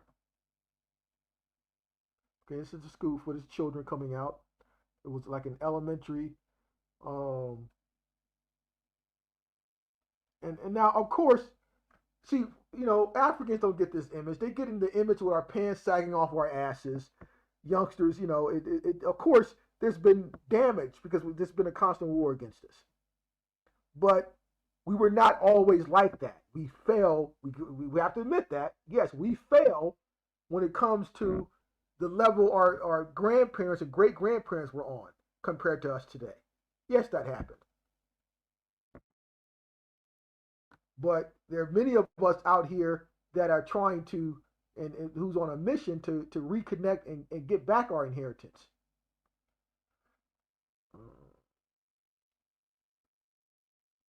Okay, now I'm going to go to video 2 here. I want to show the family. Go to video 2. And then all you can just look this up. And everyone needs to have the Solomon Sir Jones video footage for your library there to share with your children, and etc. Right? Think if we didn't have these images. Now, what I wanted to point out, remember when you had the descendants of the Cherokee that they had a big fight and about letting them in, they got kicked out, all that crap. Trying to represent them in the wrong way. This is the kind of evidence they actually need to get remedy, right? So I'm going to go to the 6-minute mark here. And I want to show something here. There's a parade here.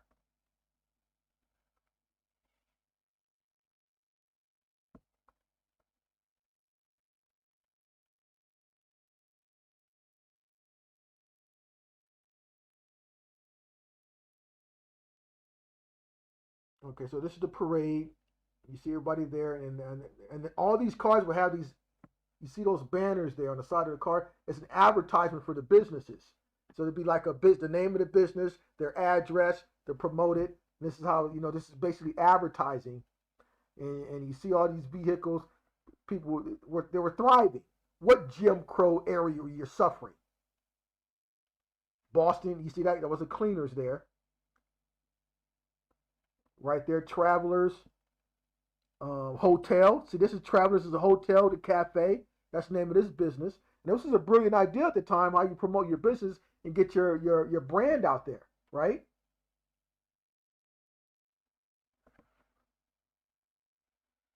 Now, think about this here, family. Of many of you who had ancestors who were from and lived in Indian territory during this time. This is the question you should be asking yourself. What happened to all of your personal assets, your ancestors' personal assets, like these vehicles? Right? Okay, right here. Start right there. Okay. This we get into culture, family. J.H. Roberts. Lord Roberts. Lord meaning landowner. Give him his respect. Lord Roberts. Farm homes. What does it say? 3,000 acres. But look at the top. One of Mr. and Mrs. J.H. Roberts' farm homes. Not the only one. One of them. 3,000 acres. This is the address. Bristol, Oklahoma, 1927. Let's continue.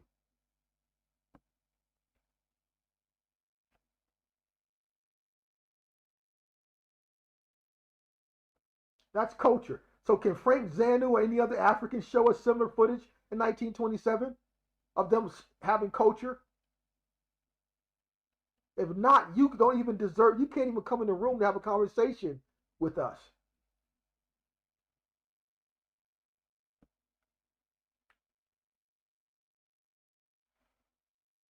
That's his house, family. Surrounded by his land. And then I'm going to go to another portion where he has and show you his oil field. Well, his oil, because he had an oil field, but he had an oil wells in his backyard.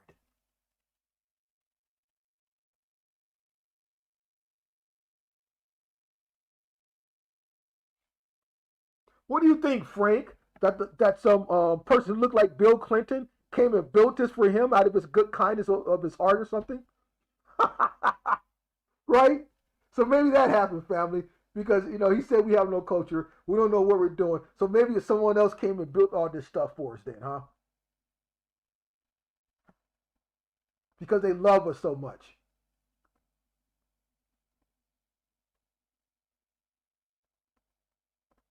That's Mr. Roberts, Lord Roberts, right there. Now check this out. Watch this. Get into his car.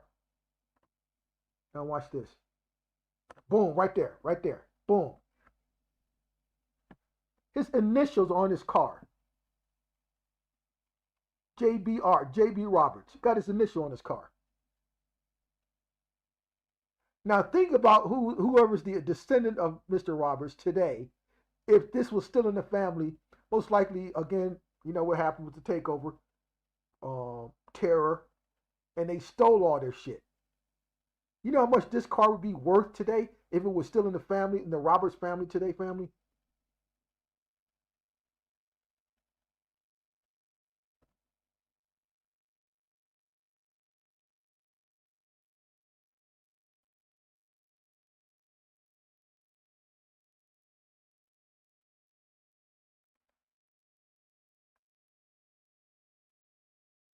Now we're going to go to the, okay, yeah, the 8-minute mark. Now he's walking over to his oil wells, family. Hold on. That's where he's going. This is other area of his land. That's his son. Boom, right there. Farm home of Mr. and Mrs. J. Roberts. One of their oil wells. 1,000 acres. May 9th, 1927, Bristol, Oklahoma. So they always tell you about what's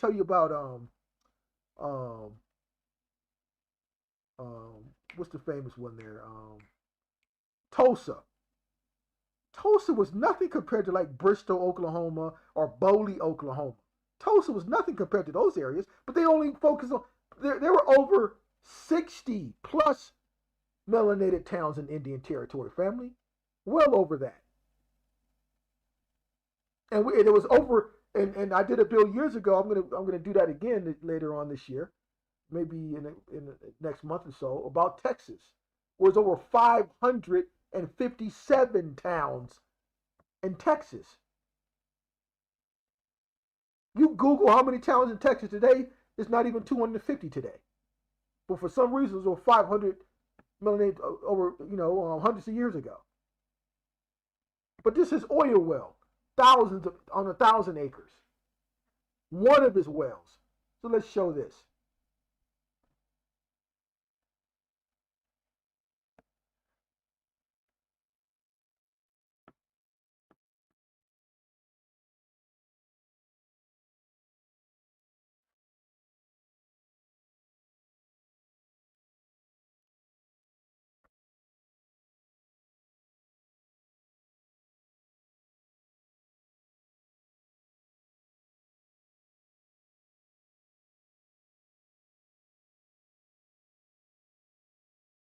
See that?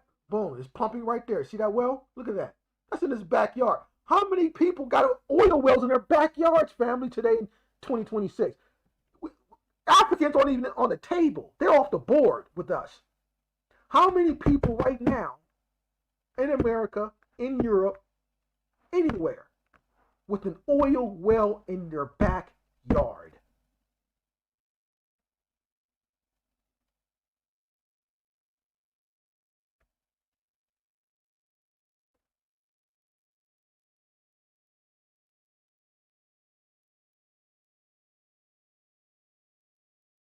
Okay, so that's culture. The agriculture, the farmer, the tiller of the land, the land owner.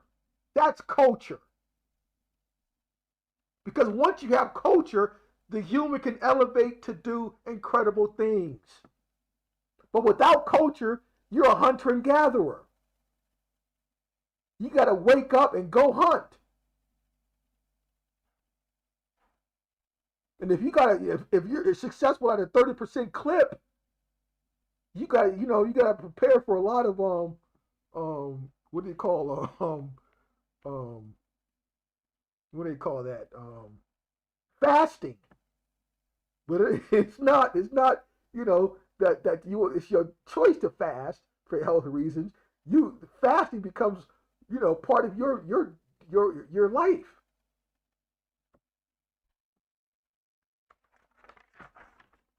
Now, final segment.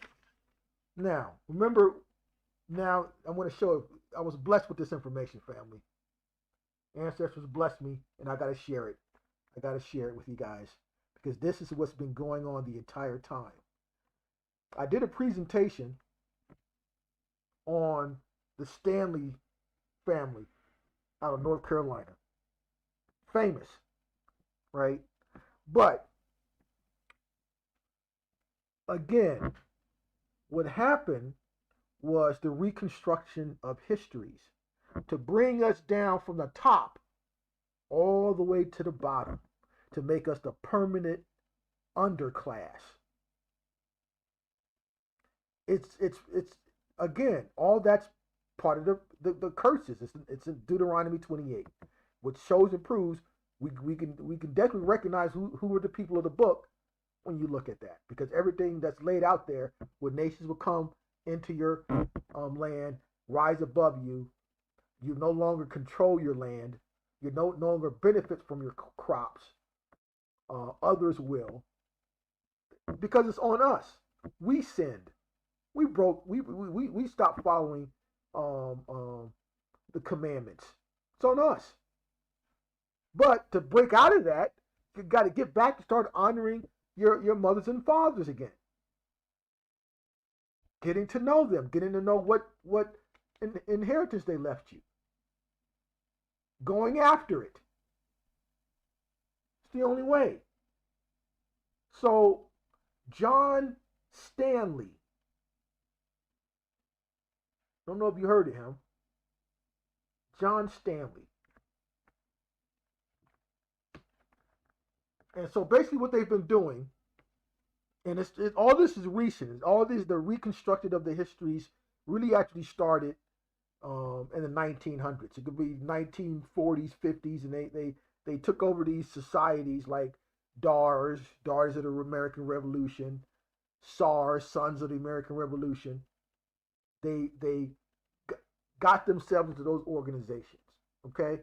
But what they had to do, they had to weave themselves into our family lineages, family names, and they had to muddy things up to connect themselves to that.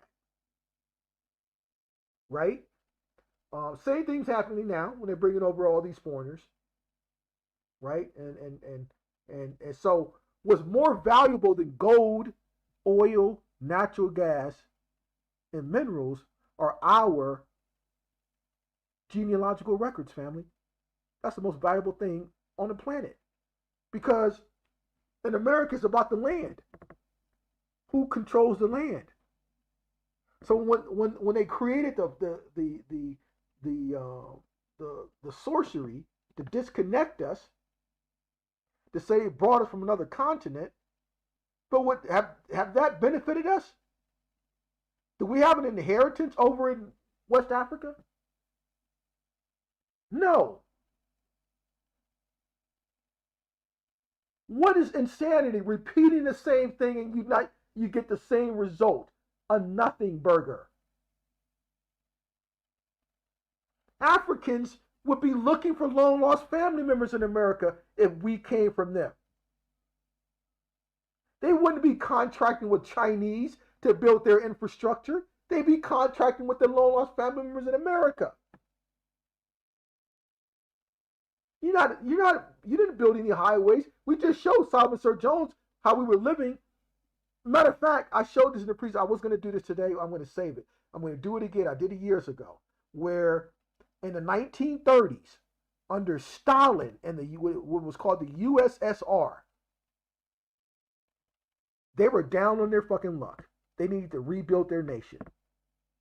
And they came a calling to America. Who did they contract with to rebuild their nation in the 1930s, family? They went to Tuskegee Institute and contract with 100 of those agricultural scientists from Tuskegee to send them to the USSR in the 1930s to rebuild their nation. Did you know that? But today, we've been shot down so much, anything what's associated with us is DEI. So did Stalin hire DEI agricultural scientists to build Russia?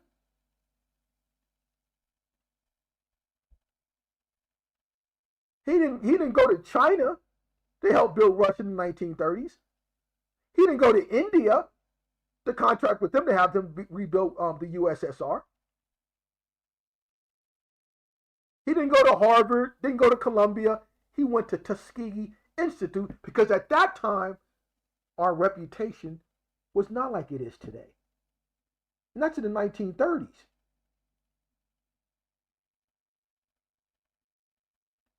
I'm going to redo that again. I'll dedicate another segment to that. Okay?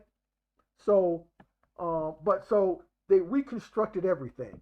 And I'm going to show an example of that right now.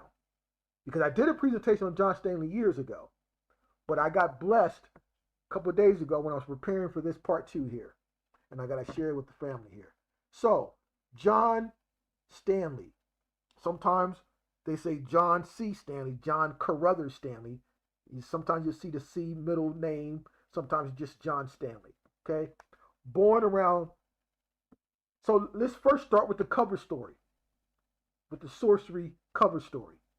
You know, they slapped the African label and all that crap, right? Let's start with that. John C. Stanley, The Anomalies of Freedom. This is, okay, 2022 article, right?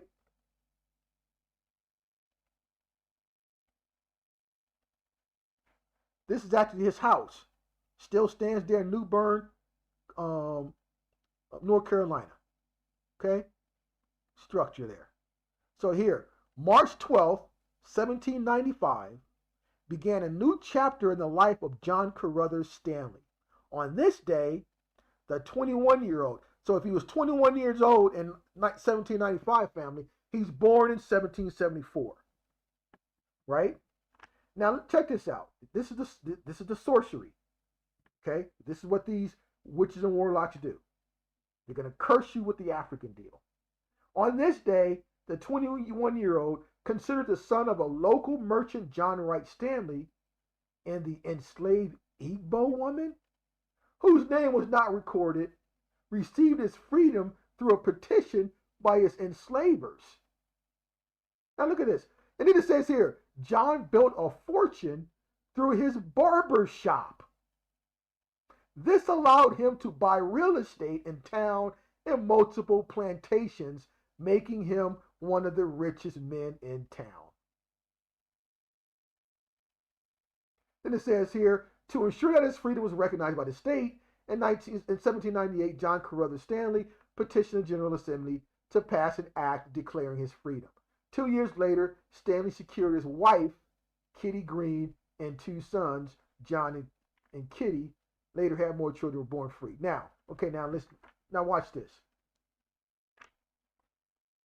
It says that he secured the freedom of his wife, Kitty Green, who became Kitty Stanley, right? In 1798, right? Check this out. Watch this. Just to show you how they jimmy the records, alter records, change records to throw us off. Because what they do, family, they went after the illustrious Americans who look like us in the past, and they changed them. They hijacked them. And this is one of them. He's one of them. So you won't find out his true achievements. So they put the slave curse on him. And then his work, he was a barber. Barber. Nothing wrong with barbers, but because they know, that's something that we're kind of known for, right? So, but check this out.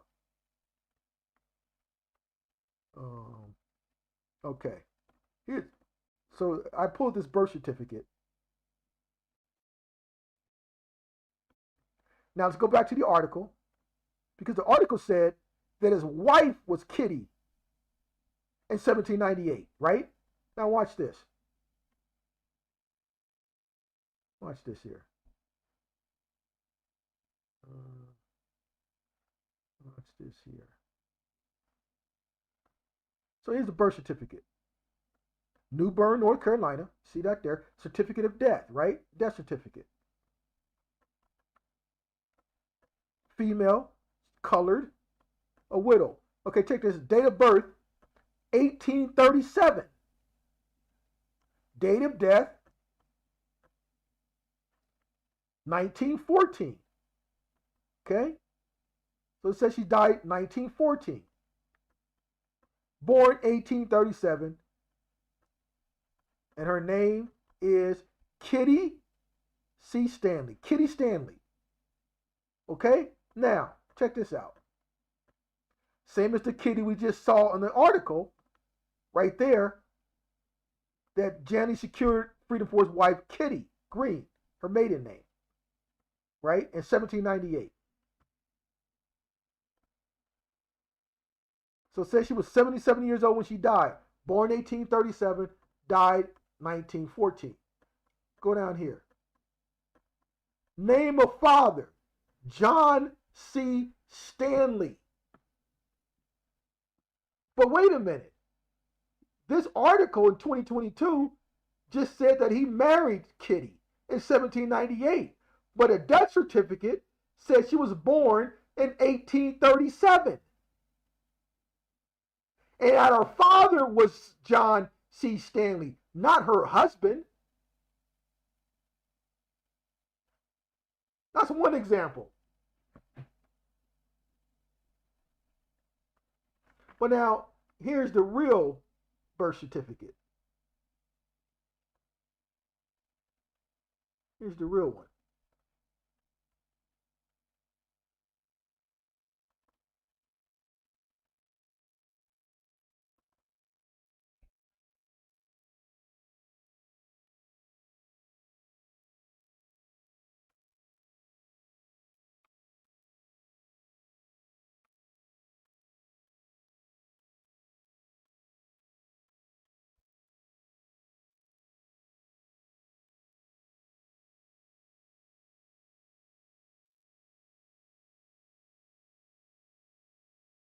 No, wait a minute. No, not this one. Hold on a second. Both wives.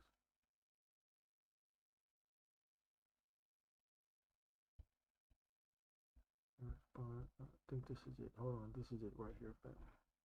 Okay.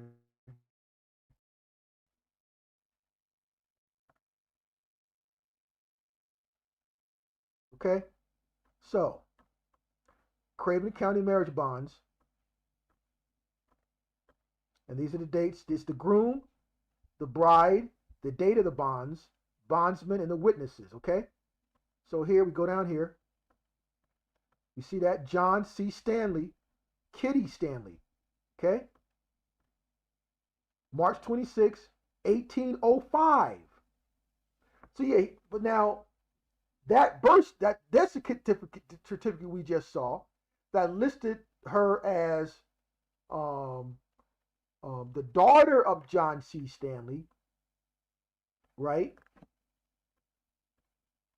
Is shady. But now Kitty Stanley is his second wife because let's go. This is 1805, but his first marriage was in 1795. So let's pull that one up.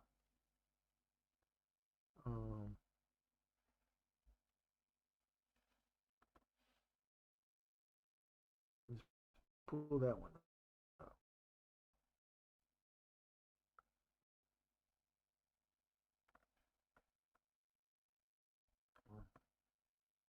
Somewhere here.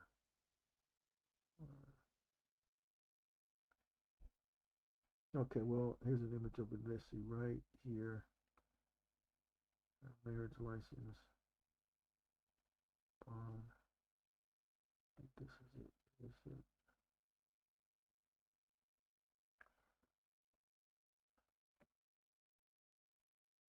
Oh yeah, okay, here it is right here. Okay, yeah. So John Stanley, spouse Elizabeth Frank, bond date June 18th, 1795. Okay? So then when we go here to this platform here, uh,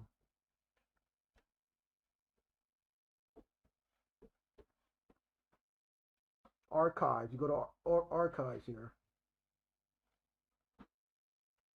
Uh, you go to archives, search.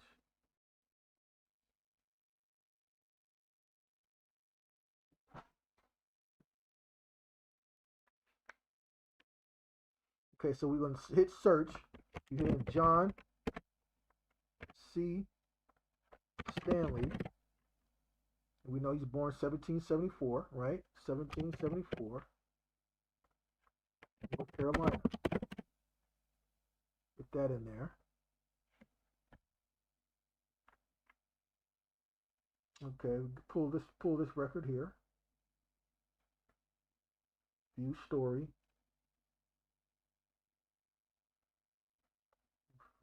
View story here.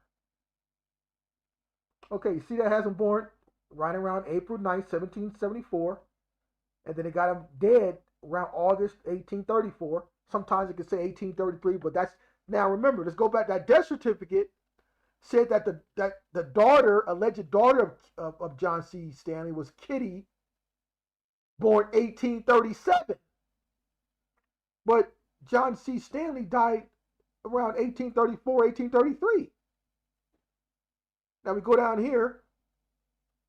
So we see his spouses, both wives. Elizabeth Frank, we just saw the 1795 marriage record. And then Catherine Kitty Green. Married twice. Right? And there's his parents there. Now they tell you, we remember that 2022 article we read, said his mother was an Igbo woman.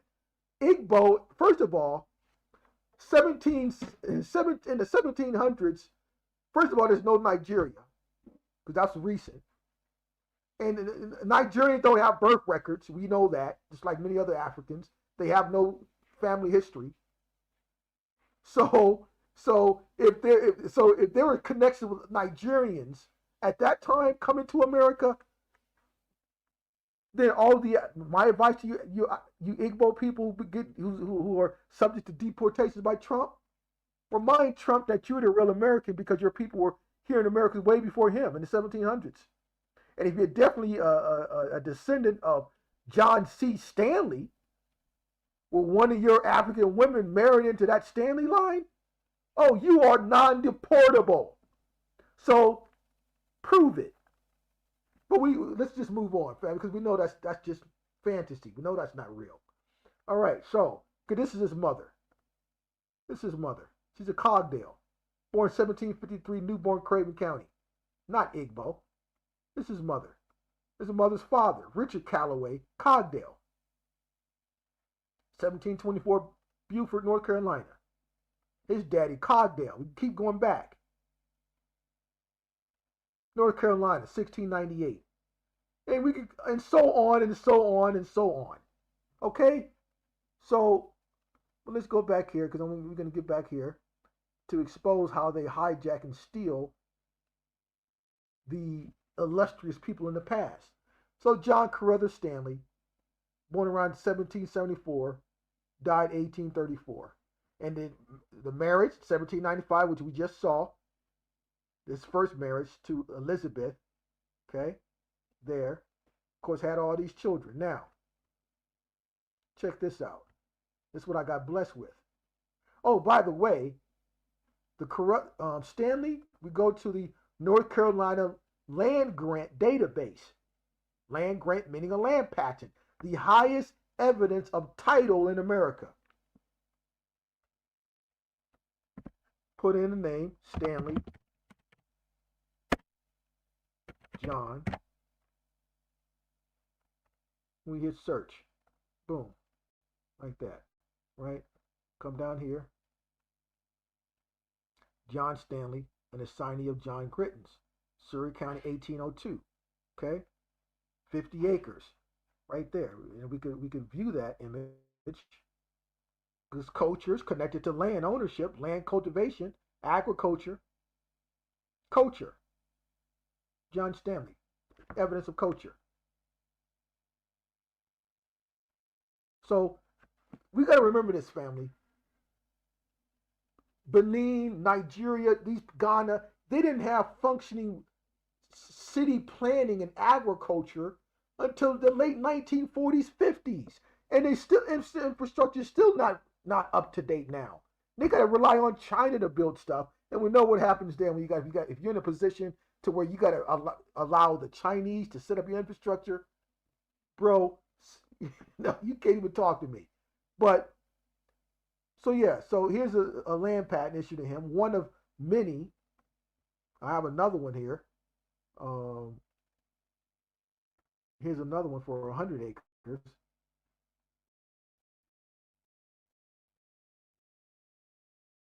Right here. Right, you see that number 1323, issued July 24th, 1818. Okay, but I thought you guys were. What did they tell us? Oh, you were in chattel slavery. You couldn't own any land. You couldn't do anything.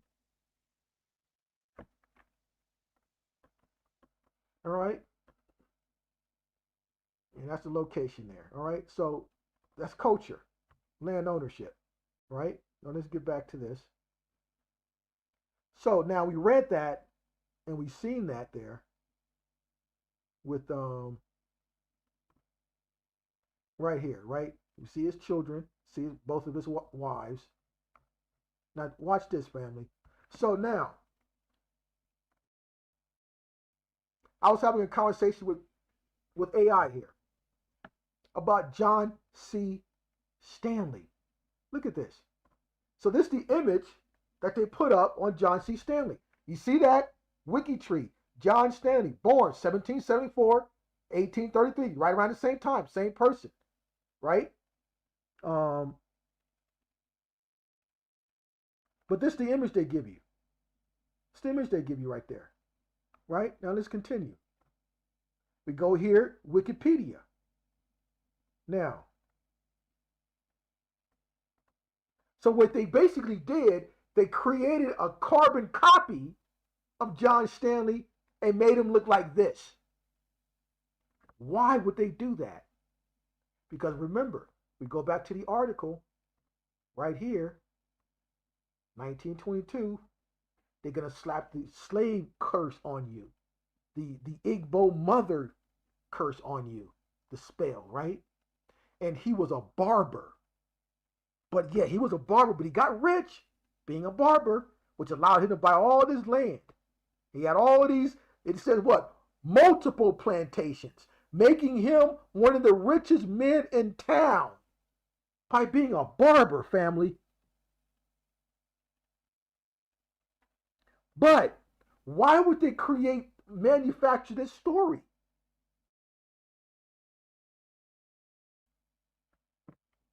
And then this guy on Wiki, this is the same image that AI gave me. Same image. Look at that. That's the AI image.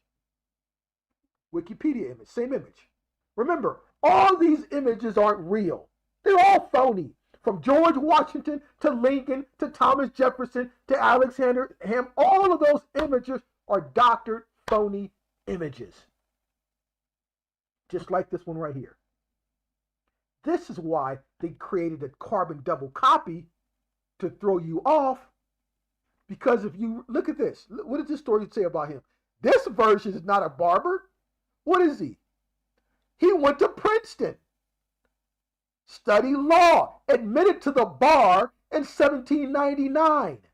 Not only that, he was a member of the U.S. House of Representatives from North Carolina's 4th District. Same date, April 9th, 1774. August 2nd, 1834. We go back here. Same birth dates. Right there. Look at that. Same dates. This one. But this is supposed to be the barber shop guy. All right. Look at that.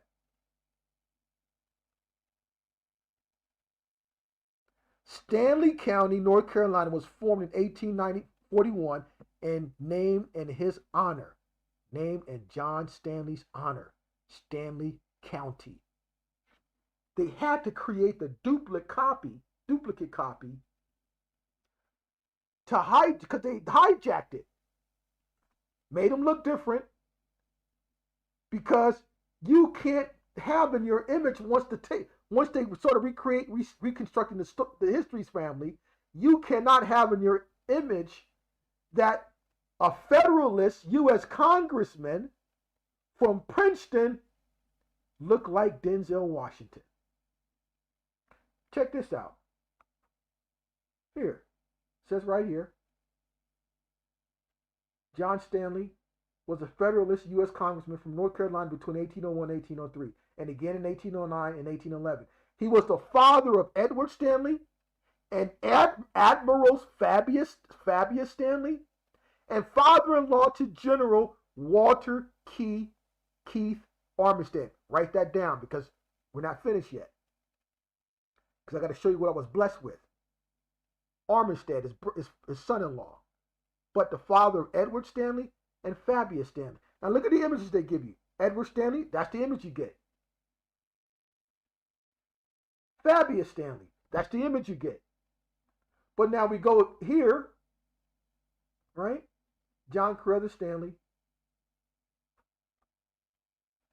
Fabius Stanley, son, Edward Stanley.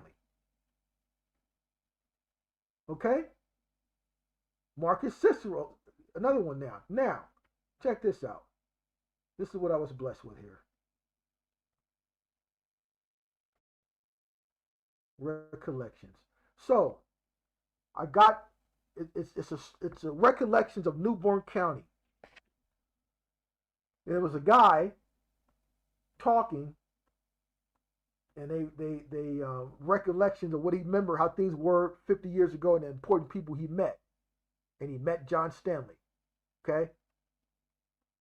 And they, it's kind of like his memoirs. And just check this out. That's what he says about John Stanley. Lawyers. He was a lawyer, family.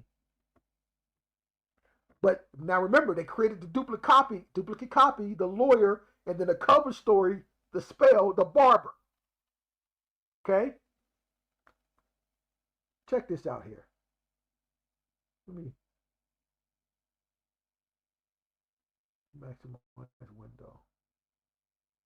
All right. John Stanley was foremost in age and natural gifts. His voice was strong, clear, and musical, and his manner peculiar, graceful, and dignified. In repartee and sarcasm, I never saw his equal. His efforts in that line were absolutely withering. The composure of no suitor, witness, or rival advocate could survive his pungent criticism. Ever bold and fearless, he at once rose to the breadth of the occasion, always wielding a polished scimitar with the energy of a giant and the skill of an artist. He was a representative in Congress in 1801 to 1803, and was also in 1809 through 1811, and is said to have given John Randolph trouble in his peculiar vein. Mr. Stanley was often in the legislature, being twice elected Speaker of the House of Commons, and in January 1827, while on the floor in debate, was stricken with paralysis and was caught in the arms of Robert Potter. He was taken to the Speaker's chair when she adjourned the House. From that hour, he never was himself again. On a visit from Georgia to New Bern in 1829, I called on Mr. Stanley, whose noble features were distorted by affliction. He tried to converse in his formal commanding way, but failed. On parting, he gave me a very correct lithograph likeness of himself, which I retained more than 30 years, until it was lost by the wanton depredations on my library and papers in Oglethorpe, committed by federal soldiers attached to the Freedmen's Bureau in 1865. I much regretted the loss of this cherished memento. So what happened? They took that image of him, photolithograph image he had of Mr. Stanley, and federal soldiers took it and put it in the Freedmen's Bureau in 1865. Here, Mr. Stanley died August 3rd, 1833, matching the dates we just saw, right? Matching those dates, right around the approximate dates there. Death, right? They say August 3rd, 1834, but right around that same period. Same as Wiki. What does Wiki say? April 2nd, 1834, right around the same time. So this guy who knew him personally confirms the death date right around the same time there. August 3rd, 1833, age 59 years old. Now, check this out.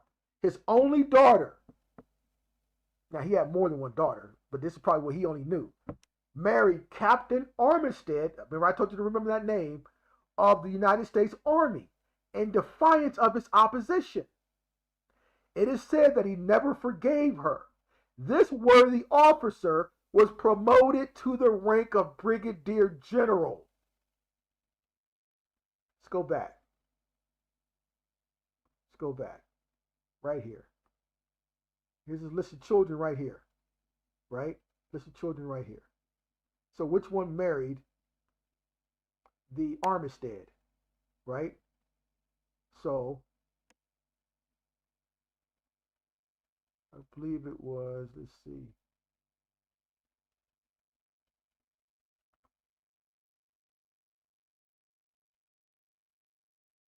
Right there. His daughter Elizabeth, born 1797. She married 1814 in Virginia. Who did she marry? Walter Keith Armistead.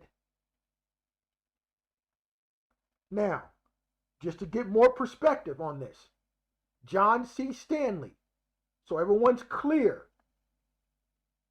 the most important work that Carter G. Woodson left us was two pieces of work. One, thanks to A1, put this out years ago about the melanated so-called slave owners, 1830. But there's another work from Carter G. Woodson called The Heads of Family, the Negro Heads of Family in 1830. Here it is right here. Okay? Here it is right here. Right off archives here. Okay? So 1830, he went through all the states from A to Z of all these, free, wealthy Americans, and he listed all the names. He didn't get to all of them now, some of them. And many of your ancestors could be in here, so this is a valuable tool for genealogy research. 1830.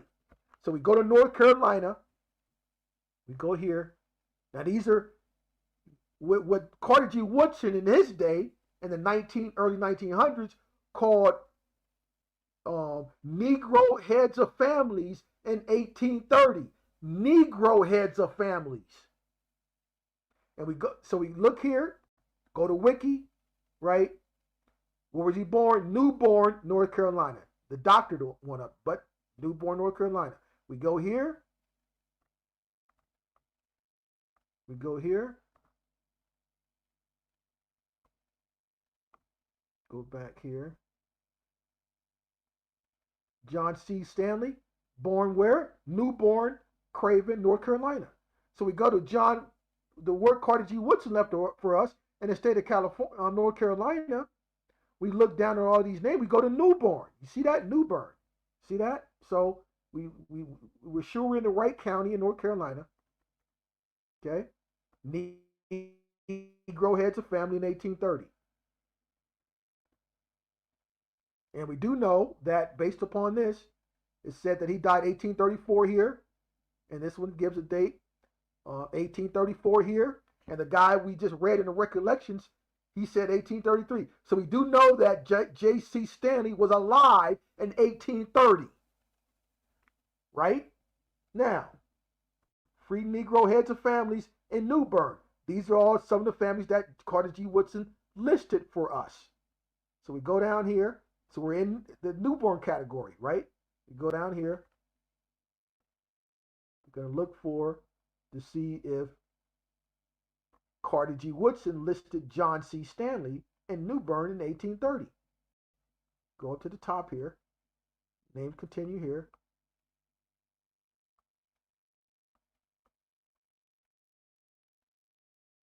Voila, there it is. See that? Let's blow it up so everyone can see that. John C. Stanley. It's John S. Stanley, would have been his son, but John C. Stanley. Now, how do we know this John S. Stanley is his son? Well, let's go here. Go here. J. Carruthers Stanley lists his children. Right? Right there. John Stewart Stanley. John S. Stanley. We click on him.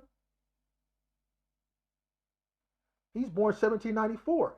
Died 1858. So in 1830, he would have been, what, 31 years old. And he was right there. He married 1824, so he was a grown man. John S. Stanley. So we go back to the listing.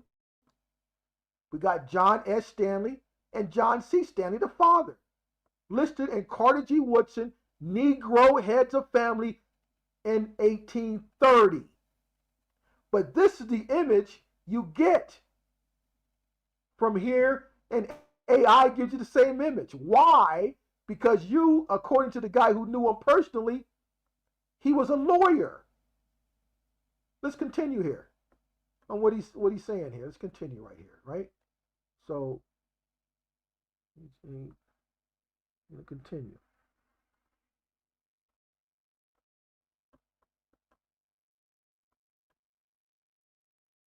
Now here, Mr. Stanley had a number of sons. John, Alfred, Frank, Edward, Alexander, Fabius, Cicero, and James. We go here. Go back here to the father. So we see that John, he mentioned. Fabius, you go back to the recollection. What did he say? Right? Number of son. Fabius, right? He mentioned John, Edward, Frank, Alexander. Alexander, Edward, Frank, same person, same children. That's in the Free Negro Heads of Families in 1830 and Carter G. Woodson's work family. Okay, now let's continue here. And then it says here,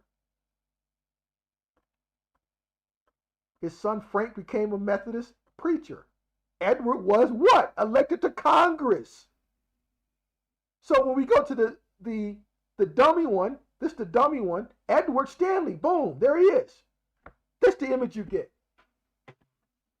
Why? Because the cover story was that you were a slave, chattel slavery with no freedoms. You weren't in a power position. But so the people, this is the people that Frank Zanu thinks were the Americans in charge.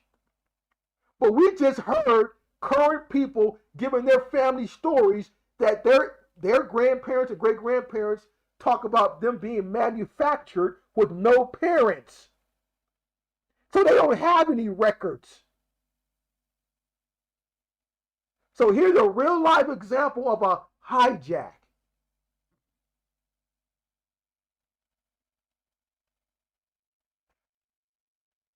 Fabius Stanley. And now remember his daughter, let's go back here, the daughter, Elizabeth,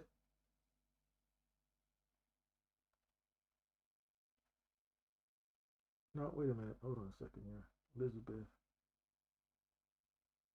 John Carruthers, Elizabeth here, her husband, is Walter Keith Armistead, right? Right there. Okay? Now, we go here, we go to the duplicate and mention him. Father-in-law, General Walter Keith Armistead, that's the image you get.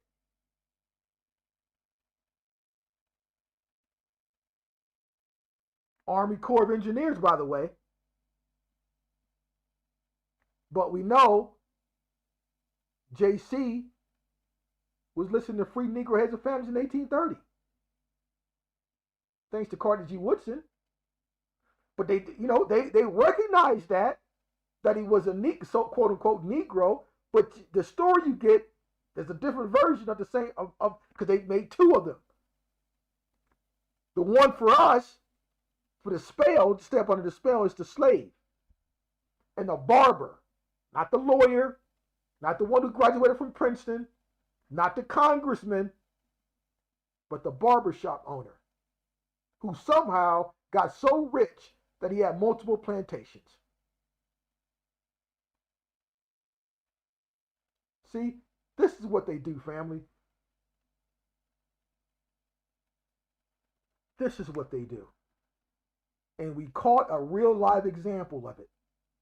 A duplicate copy of the same person, but to have one to go with the spell, the cover story, because you can't have in your mind that during that time the people who were running things in control looked like us. You see the trick bag? You're going to have to wake up, family, because the trick bag, the spell, where has that gotten you? Made you a permanent underclass where under Biden and Kamala, they brought in millions upon millions of illegal immigrants to replace you. They get everything. That's why they got to get rid of us. Because then the story can take some life. Get rid of the evidence. See, the sorcerers couldn't get to everything now. They didn't cover all bases. This is an example of the loopholes that we can get in to expose what's really going on here.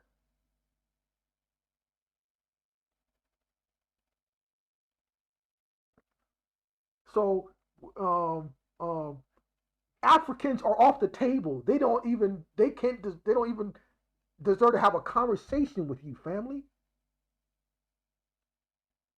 If anything, they come take our advice. We can give them advice. This is what you should be doing. First thing, you go back home and you don't allow Chinese to come in to do your babies like that. It's the first fucking thing. Do the basics.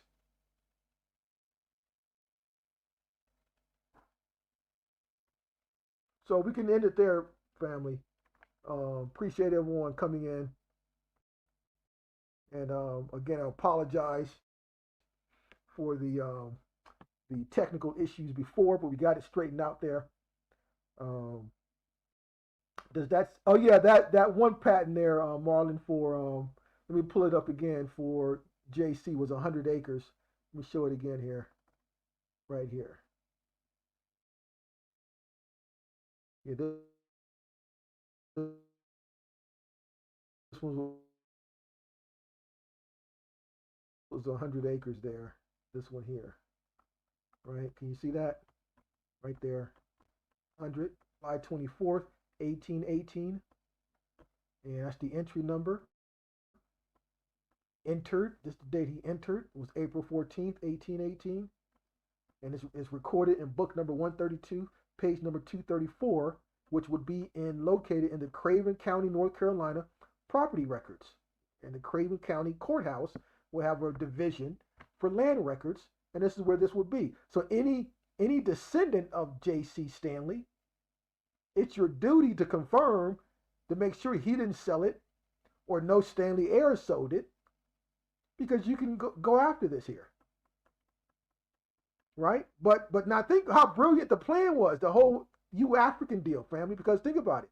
If they came up with this plan to separate us mentally, and they get you to under that spell that well, yeah, I'm an African, then you'll never know about any of this. They can continue to benefit off your land and off the minerals of your land and gain great wealth. That's what's been happening over the last 100 years, right? So,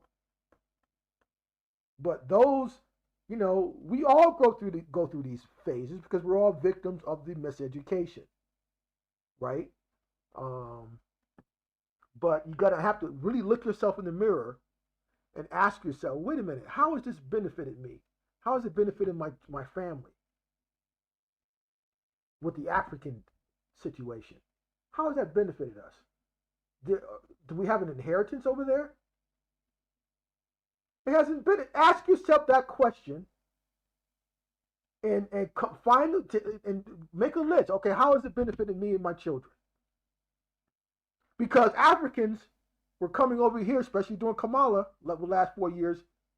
Oh my, they had it made. Getting free money, free health care, free education, houses, money, all of this good stuff. They benefit coming over here trying to replace us. They benefit greatly. But how have you benefited the other way around? You haven't. So you better stop it, because remember, this is recent now. So remember, the whole Operation Alex Haley is a recent deal. Our grandparents weren't under this African deal because they knew they weren't Africans. That weren't even so that was nowhere in their radar system, right? So remember, let's see. In 2020, February, before the whole pandemic happened, I was in New York, and I was the one who pulled the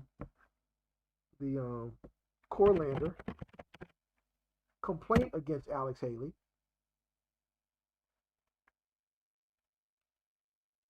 Right? For what? Now we know this is the largest. Remember, that television series Roots was the largest, most successful TV miniseries in history to date, family. And you remember those days in '78, many of us who was around at that time, we remember that. That was taught in school. They weren't promoting all that crap, right? Operation Alex Haley. So he was sued by, and this is the actual complaint I pulled when I went down to the Manhattan County Southern District Federal Court. Pulled the record. Pulled the complaint he filed. It's an amended complaint. And Haley, he sued Haley. He sued the publishing house and ABC Television for broadcasting the miniseries for copyright infringement. And I also pulled Alex Haley's attorney's answer to Mr. Corlander's complaint. So, hold on. But we were taught that, oh yeah, Alex Haley's doing his Roots and all this crap. Alex Haley, his genealogy is out there for anybody to do. Alex Haley has no connection to Africa. He's Scottish on his father's side, American on his mother's side. Nothing to do with Africa. But they made money off of this, right? And so, but they stole. He was basically Mr. Corlander wrote a fiction work called The African. That's where Alex Haley got the idea and basically stole his story. And he was sued for what? Okay. We here. Here's the parties. So we see here. Let's blow this up here. We clearly see Harold Corlander, Crown Publishers, Inc. are the plaintiffs against who? Alex Haley, Doubleday Company Publishing, and ABC, American Broadcasting Companies, and Dell Publishing. These are the defendants. Right? So we get down here.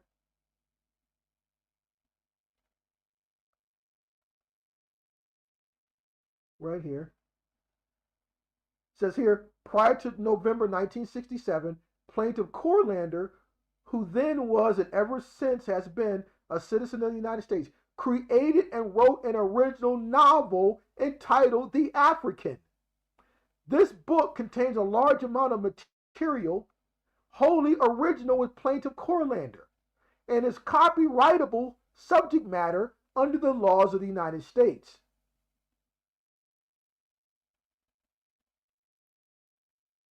Here it is. The Register of Copyrights, a certificate of registration dated and identified as follows. December 7, 1967. There's the number there. And so basically it was copyright infringement, family. Had nothing to do with how Alex Haley going to do his find his long lost family members in Africa. But this was a grand spell that had to be thrown upon us. In 1978, our grandparents and great grandparents didn't have to deal with any of this type of sorcery because they had their land. So the focus at that time was trying to disconnect them from their land. After that all happened, then they had to shift to other folks with education. What the children had to be, what they had to put into their minds. And this how all this stuff happened, family. It's not reality.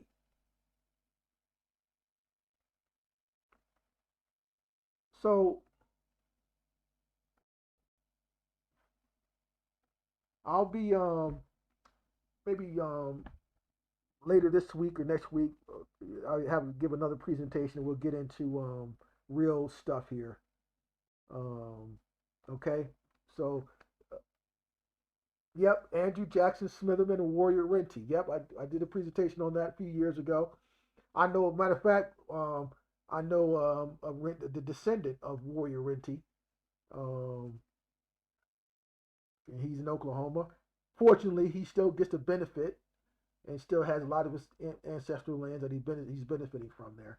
So it's good for him. But yeah, thanks for mentioning that, Mr. Lawson there. But yeah, have a great night there, family. I know it's getting late there. I believe it's a national holiday there for many of you. But we will end it here tonight. And thanks again. And we'll meet again soon. Take care.